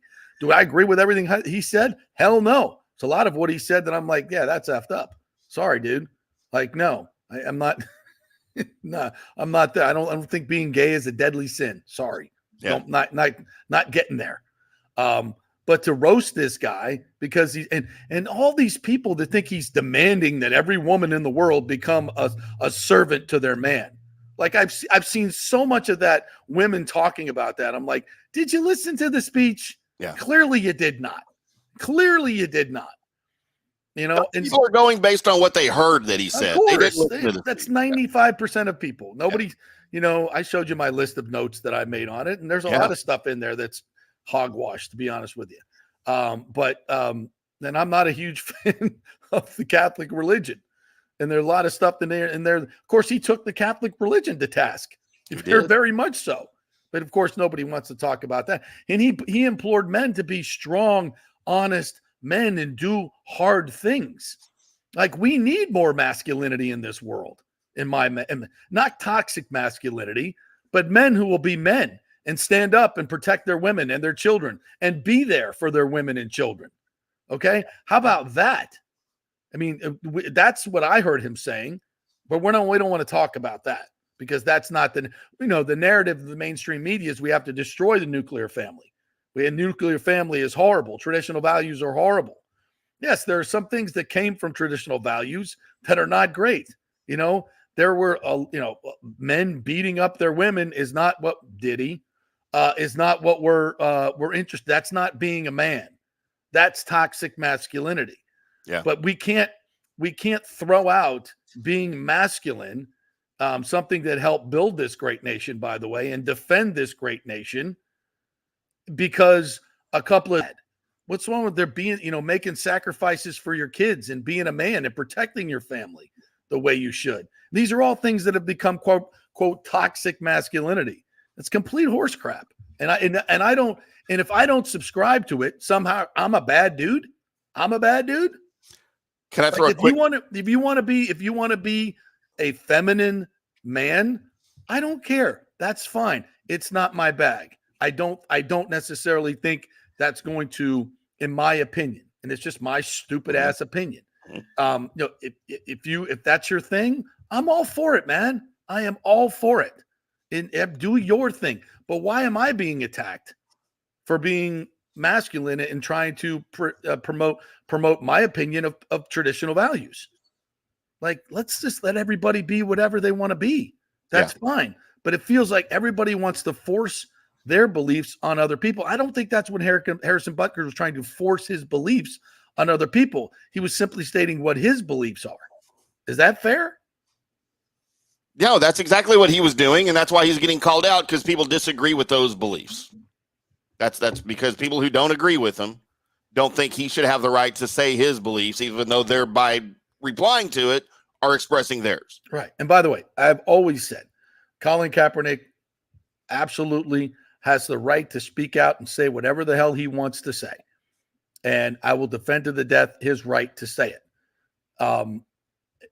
Time and place, I think, is something that should be considered. And even in Harrison Butker's case, was that the time and place to tell female graduates, and just that was his feeling. And they invited him to give his speech. It's a private university. They invited him to do so. Let's keep that in mind as well. So to me, it's like, hey, can we all just get along? Can we all respect other people's opinions and open your mind to other opinions? Like, I think my mind has been changed on a lot of different things that come to sexuality. And, since my, my youth.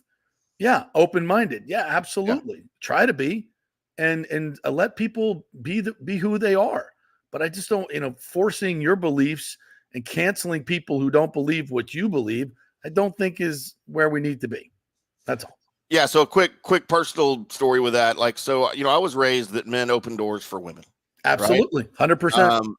When I was with my mother before she passed, I opened every single door for her because that's how my dad taught me. Absolutely. Didn't matter if it was a car door. Didn't matter if I was a teenager. Didn't matter how old I was. I was 10 years old. I was opening doors for my mom, right? That's right. And I opened doors for every wife I ever had. Yep. Sounds weird. And I do that now. If I go on a date with a woman, I will open the doors for her. So damn right. I went out with this girl who was, and look, everybody knows I kind of date younger. Yeah. She was 28. This was very recent.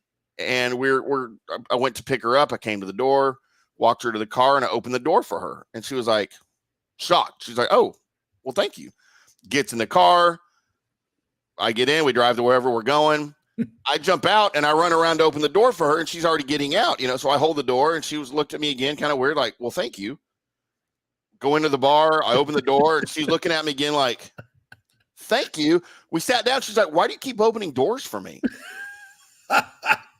I said, because that's what a man does. Like, it's a sign of respect. It's a gentlemanly thing to do. I said, that's how I was raised. And she's like, right. She looked at me like I was from another country. She's like, I have never heard of that before in my life. Wow, that's sad. She's 28. I said, your dad never opened doors for your mom? And she's like, I don't know, maybe, but I never paid attention. And I said, your dad never told you that a gentleman should open doors for you? And she's like, no. She's like, but this is the coolest thing that I've ever experienced in my life. She's like, thank you for teaching me this. Still to this day, and Ashley and I have been together for 2.5 years. I'll go to a restaurant and I'll go and I'll grab her chair to pull it out, and she moves to the next chair. Like, she thinks I'm pulling it out for myself. I'm like, no, honey, I'm pulling your chair out for you. You sit down and then I'll scoot it in for you. You know what? Or even standing up when a girl gets up to go to the bathroom or something, I'll usually stand up and help her pull the chair out, right? If I know she's getting up. Yeah. And then I'll stand up, and when she comes back, and I'll push the chair in, and they're just looking at me sometimes like, what are you doing? You're from outer space. Yes. I'm like, I'm sorry. That's just how I was raised. They're like, well, I appreciate it very much. No one's ever done that for me before. I said, well, then you've been deprived. That's right. Well, God forbid we need to bring another old school head on this show this morning, but I guess we'll have to do that with TJ Reeves. Bucs sideline guy. What's up, my friend? How are you? Always good to be with you. You open the door for Mrs. Reeves? Absolutely. Let me relay a very pertinent story on this very subject from 3 days ago. So 3 days ago, we are shopping for food, which for a lot of the middle class and the upper middle class is about the same as trying to make a car payment these days. That's right. So we are shopping for food. I won't even name the place because they're not a sponsor. The code is it's where shopping is a pleasure. Very prominent place. Yeah, all right. Yes. So we're there. And we have loaded up the cart with the food that might last 4 days in our house or 5.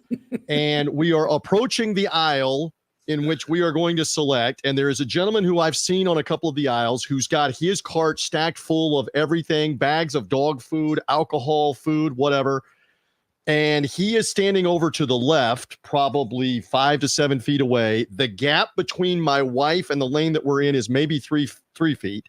My man turns and looks right at my wife, who I'm standing behind, wheels his dog food cart with the beer and the food in front of my wife, wedging in front of my wife, and steps in front of my wife like a car that angles in on the road, on a stopped road trying to get in. Yeah. And I say right to my wife, loud enough to where he can hear it too, I guess chivalry is dead. Yeah. That was my line. Because what you guys are talking about is the gentleman aspect of, or chivalry of, hold the door, pull the chair out, be polite. You go first. The whole thing. So I just thought I would share that, because the whole time that you were finishing that story and I caught it, I'm thinking about where shopping wasn't such a pleasure in that moment. This is going to be totally off topic, but I was watching a stream. We do our best work off topic. Keep going. Right. It's more exciting that way. This is something, if you guys haven't been, well, Tim has, but TJ, thankfully you've been married for 40 years. 28. It only seems 40. All right. Congratulations. Again, those that had the under were sadly mistaken. Continue. Hey, I know a lot about marriage. I've been married 3 times. So you have not. Yeah. So this guy's telling a story about he was at a bar the other night, and his lovely wife is sitting at the bar, and they go to the bar. He's like, "Hey, I'm gonna go take a piss or whatever. Go to use the restroom." So he leaves. He comes back, and this dude is talking to his wife at the bar, and she's like, in his seat. He has taken his seat. Taking his seat. Wow. And he kind of like, came up kind of slow to see what was going on. And he's listening, and his guys, and she's like, I appreciate it. I have my drink. Thank you. I'm married. And he goes, have the ring on? Yeah. Did you Oh yeah. see Had my a ring ring? on, had a ring on, and tells the guy she's married. And he goes, "Oh, I love married women." Meanwhile, it keeps hitting Right. on her.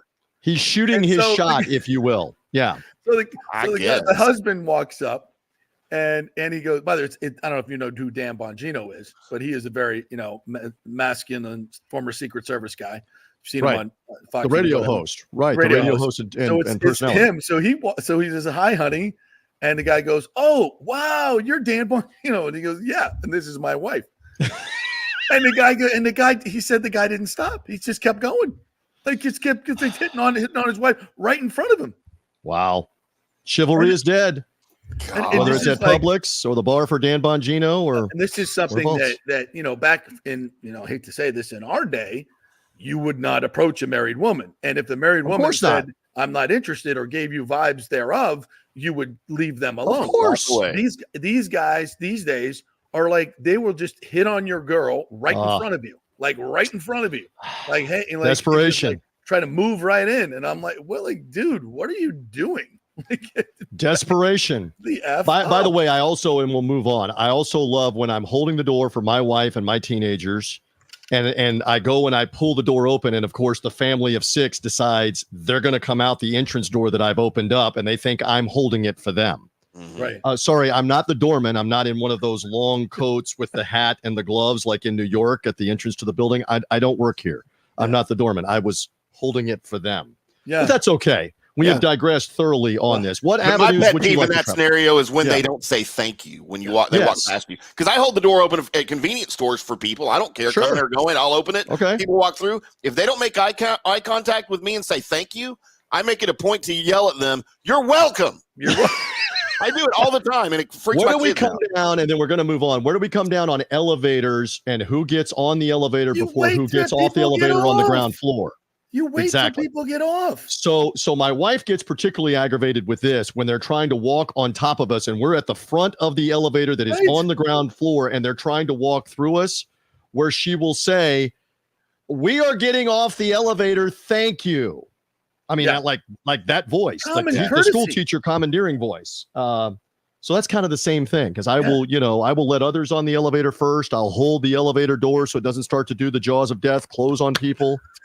It's common I- courtesy, man. And it's But just apparently, fun. we're like the three amigos. We're some of Yeah. the last of the three that I guess so. believe in this stuff. It's There was sad. there was a video going around on the internet yesterday of a woman who sat in an exit row on a flight and decided to be a smart ass when asked about, will you help others get off the plane? She's like, "Oh hell no, I'm gonna get my ass off, and I'm gonna take care of myself first."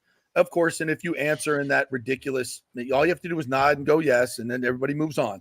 No, Then they not move this you. woman, not this. Then they move. And Then they move and then you. she said, "Oh no, I'm not moving out of this seat. This is my seat. I'm not going anywhere."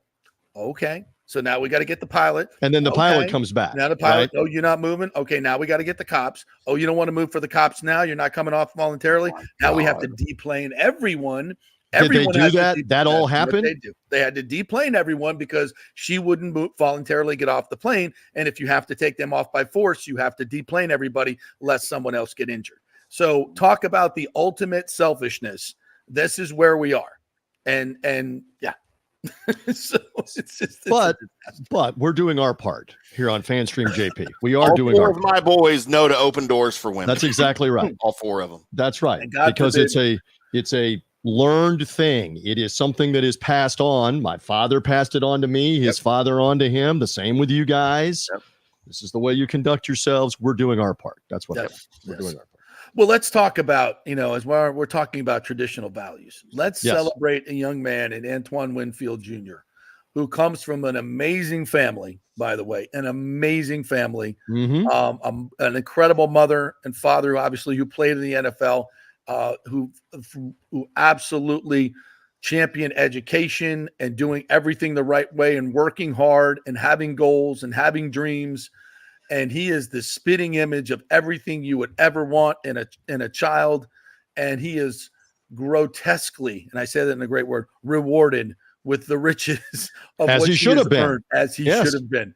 And I just want to celebrate this young man, and I want to celebrate the culture of the Buccaneers who say, you know what, if we're going to overpay for somebody, this is who we're going to overpay for. And all that, amen to all that. Right? I agree with you. And again, while we're doing the Love Fest thing, keep in mind he was not a first-round pick, and he's not been making bank or bag or whatever the kids are calling it today. He hasn't been making that while he's been delivering big time. So this was the opportunity to cash in, and there was a lot of angst on, well, can they keep Antoine Winfield if you're keeping Mike Evans, if you're paying Baker Mayfield double, triple, quadruple, 6 times more, 8 times more than the $4 million he was making last year? And the answer is yes. And I agree with you. Reward your own guys. And these are guys that are going to be strong in your community. He is one of those guys as well. And I think we talked about this on your show last week, and you're good to speak to this, but I've talked about this a couple of other places as well. I'm not saying he is Rondé Barber. He's not to that level yet because he hasn't done it for 10, 12, 13 years as 2-0 did. But he reminds you of Rondé Barber. You've got that kind of player. Yes. And it's exciting. And let's hope that he stays healthy.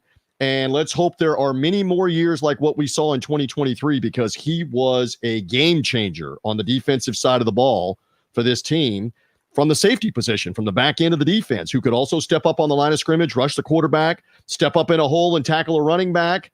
You give the Bucs a lot of credit for being able to grab that guy in the second round as they did. And he had a little bit of a chip on his shoulder when he came in.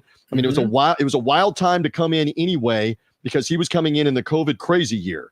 And plus he's coming in with Tom Brady, and Tom Brady actually played against his dad, and his dad actually picked Tom Brady in a game. That is crazy. How about that? To contemplate all of that. So he has settled in, and these are guys, these are cornerstones to build your franchise around. Yes. So I'd love to have your insight, because you covered both, just like I've covered both. What about the Rondé comparison? Not saying that he is, but that he's on the trajectory to be that type of player. Well, we said this a few years ago when we first saw the way he plays, the instincts. And then he had the lost year where they moved him into the slot. And I think that was honestly probably because they saw so much Rondé in him and said that's where Rondé really made his hay. He's got a lot of the same instincts, a lot of the same skills. Let's move him down here and see what happens. Unfortunately, the problem with that is you didn't have Sapp and Lynch and Rice and Derek Brooks. Right. And so it's just Brian Kelly, dynamic. Donnie Abraham, Shelton Quarles. Exactly. So others, it's a different dynamic. And so it was interesting thought. But now let's move him back where he's more natural and can affect the game at so many different, and then we'll move him down in times. We can move him as a chess piece, and sometimes put him in the slot, sometimes move him around where he can be most effective, which obviously was the key to really unlocking how good of a player he is. So now that they've settled into that role and they can use him as that chess piece, I think we'll see more Rondé-esque production out of him. And we saw that last year. So sky's the limit for this young man. And I just love the message it sends. I love to your locker room, in a very stark contrast, really. You're right with Devin White. Do it the right way. What we ask you to do, put your team first and not yourself first, and you will get richly rewarded. Do it other way, and you'll be out the door. And like chivalry, will hold the door for you in some cases. And I was just thinking when you were saying that, Mike Evans and Baker Mayfield were kind of in the same boat a year ago. Evans is in the final year of his deal, which Antoine Winfield, again, is a second-round pick, didn't have the fifth-year option. That's only for first-round picks. So he was in the final year of his deal. And Baker Mayfield's on a one-year deal. And all of these guys did it the right way. They proved it the right way. They behaved. They didn't cause problems. They excelled down the stretch of the season, obviously, to help you make the playoffs. This is everything you would want. Am I saying that the Buccaneers have nothing but choir boys and the best attitudes and the best players? Of course, they didn't have it last year and they won't have it this year. But you build around those guys, and those guys can be character builders in that locker room. They will listen to Winfield. They will listen to Evans. They will listen to Levante David on a positive way. Tristan Wirfs, Baker Mayfield, those guys can have a positive influence. There's no doubt. And I think, a lot of the credit should go to Jason Light because, and he's talked about this, early on in his career, he paid a lot more attention to measurables, and now as he's moved on in his career, he pays a lot more attention to what's inside the player in terms of their character, their dedication to their craft, who they are as a person, where they played under what coaches, and how they've been molded. And I think this draft class in particular, when you start listening to the interviews with Chris Braswell and Tyke Smith and Graham Barton, and all Bucky Irving, McMillan, I mean, all of them, they are seasoned professionals. They are not me guys. They're not, with all due respect. That's right. Have 27 shirtless photos on Instagram, JTS. That's not where we're going with this anymore. And I think I think it's brilliant. And now you see this culture that has been built, and Tom Brady, well, I think Bruce Arians kind of brought it. This accountability culture that we went from the, kind of the dirt cutter, Jameis Winston chaos, and not to put it on Jameis, but those type of, to now like really serious professionals that are serious about their craft, take your coaching and put the team first instead of themselves. And I think that's what has me so optimistic about this team, TJ, because in my experience covering championship teams, from basketball teams to hockey teams to football teams to whatever, that's the common bond you see. It's a culture that is built upon relying on each other. They all get along. Not that that's all you need. You got to have freaking talent. Of course. Yes. But the other part, and then you have to go execute. You got to have the culture, you got to have the players, and then you got to go execute. It's the three steps.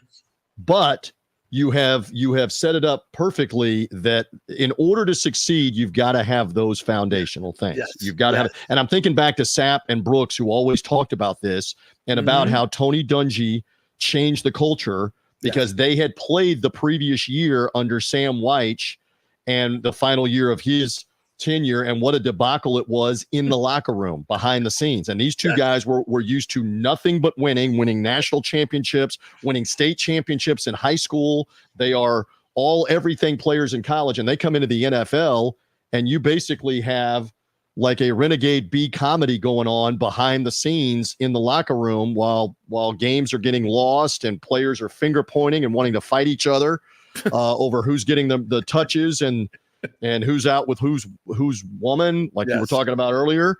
And Tony Dungy came in with Brooks and Sapp and Lynch already on the roster and established we're going to have a standard, a culture. We're going to behave off the field. We're going to be strong in the community. We're going to do all of these things because with the talent we have, that's going to manifest itself into us succeeding, the mentality and the mindset. And eventually it did. And so, yes, let's see if this doesn't continue. There's a lot to be excited about for this year. I keep saying to everybody, I want them to win every game, but you've got to take into account, it doesn't matter that a year ago you over-delivered when a lot of people thought you were going to be bad. You're going to start, you don't get anything for that now. You start this year 0-0. So don't have the mindset that it's going to get handed to you in the NFC South. I don't think they do. But for the fans, don't have the mindset right now that they're just going to walk in and win 13 or 14 games just because. Probably not that either on that extreme. So no, they're not that talented. They're good. They're not that talented. I think they're 10-7, maybe 11. We get to 11. 10 is probably good enough to win the division. I will say right here on May the 21st, 11 absolutely wins the South. Hands down. Without a doubt. If you get to 11-6, you're absolutely winning the South. Yeah, I think 10 will win it. 10 will win it. 10 probably will win it. No. So, yes, there's a lot to be excited about, and this is the time of year of all the optimism with the schedule out, et cetera. I don't think did you and I talk after the schedule release? I'm trying to remember. No, I don't think we did. I don't think we did. 4 primetime games, 2 Monday night games in 3 weeks. That's never happened before. At Baltimore, and 2 weeks later at Kansas City, or home with Baltimore, I'm sorry. And then 2 weeks later at Kansas City. Now, the Kansas City one has something to do with Patrick Mahomes in that instance too. But there's some respect right now and some expectation on this team as well, because national TV is going to be paying attention, and they'll pay more attention as you continue to win games. If you continue to win in October and November, all of those games will have more magnitude down the stretch of the year. You'll start to get a marquee Fox game, for example, where a lot of the games are going to be.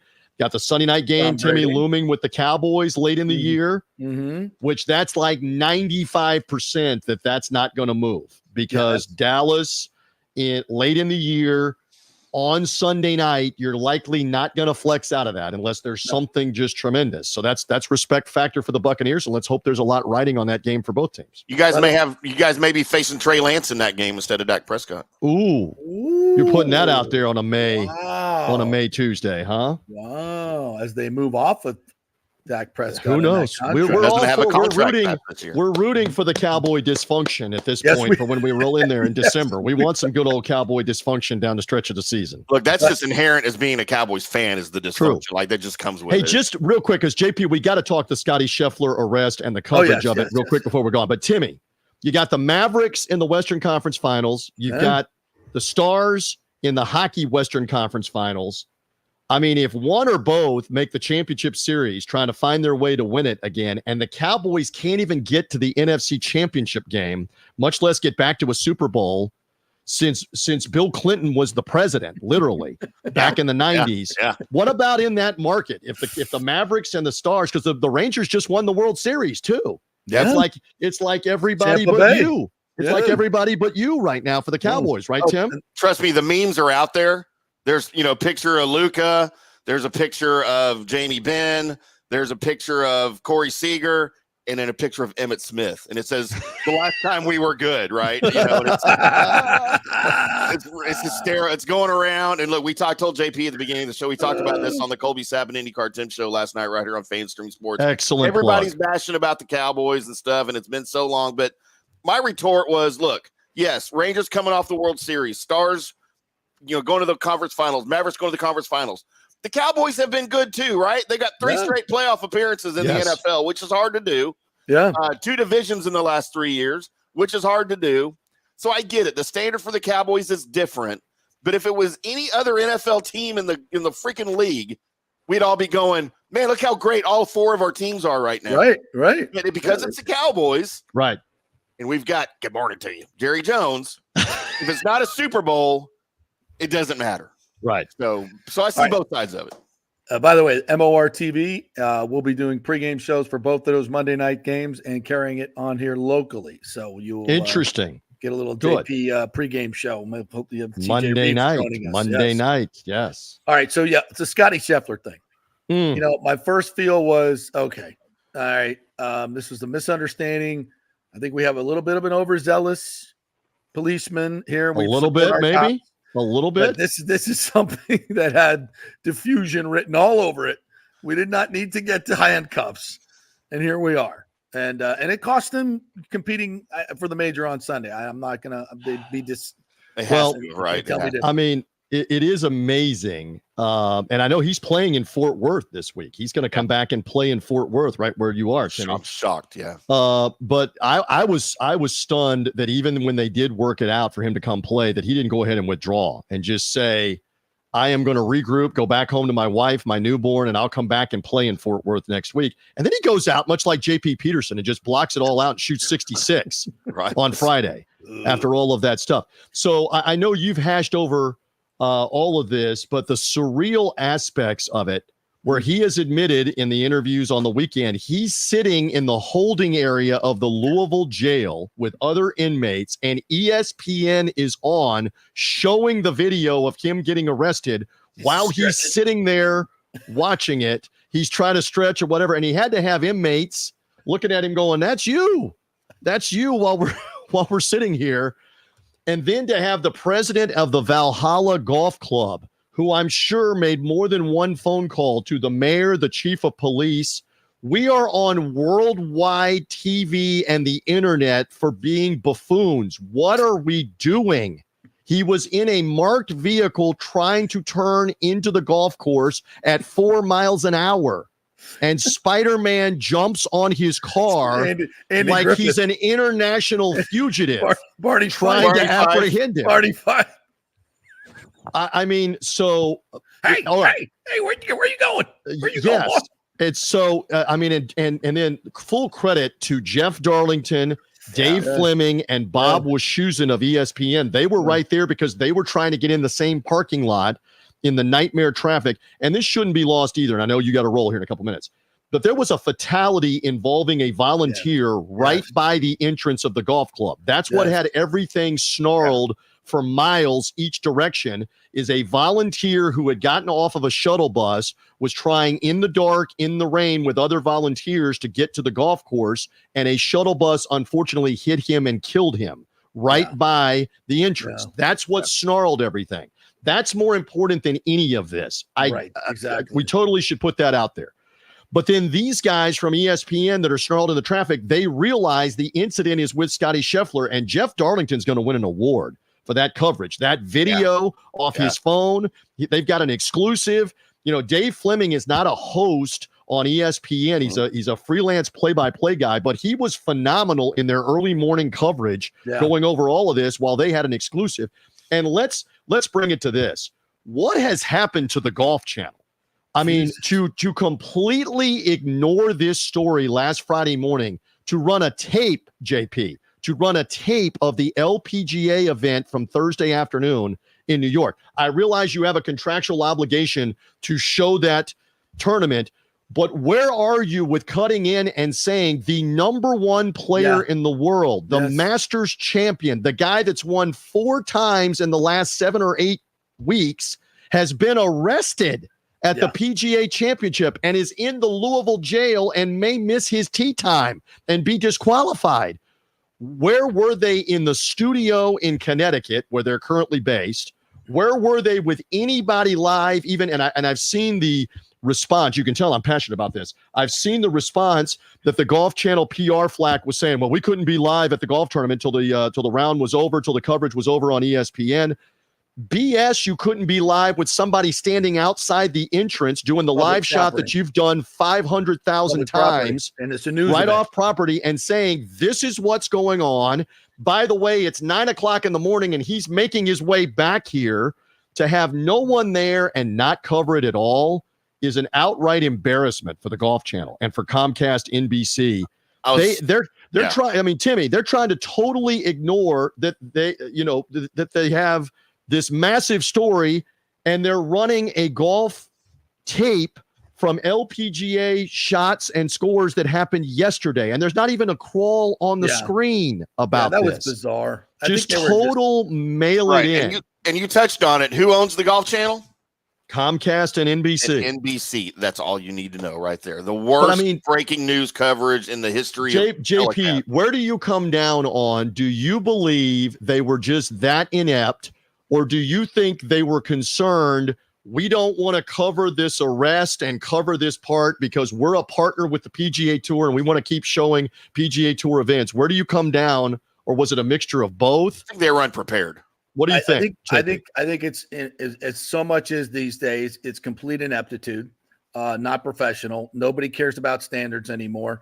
I think there was part of that ESPN. You know, this was weird because normally, like at the Masters, you know, the Golf Channel is not they don't carry the tournament. Right? That's correct. They don't have the rights to it, but they get access and they cover the event. And they had people, and to your point, they had people there. They get access. They do a post-round show. Right. They had people there, but they're just not allowed to be live and talking about golf shots and scores while it's going on. Go ahead. Somebody dropped the ball, and maybe there was some politics involved in this. Is that they didn't want to cover the story, so to speak.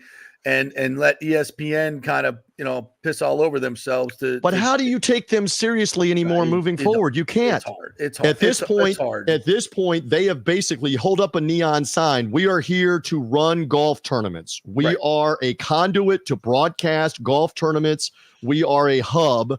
And we don't care about news, coverage, insight. We only care about running the golf tournaments and making ad money off of that. That's what it's amazing. And they're not even very good at that, to be quite honest with you. Well, true. But I mean, what Arnold Palmer and the people that built the Golf Channel had built in Orlando and what that now is after Friday, good Lord. No, that is a distant memory, my friend. It's all about making money now.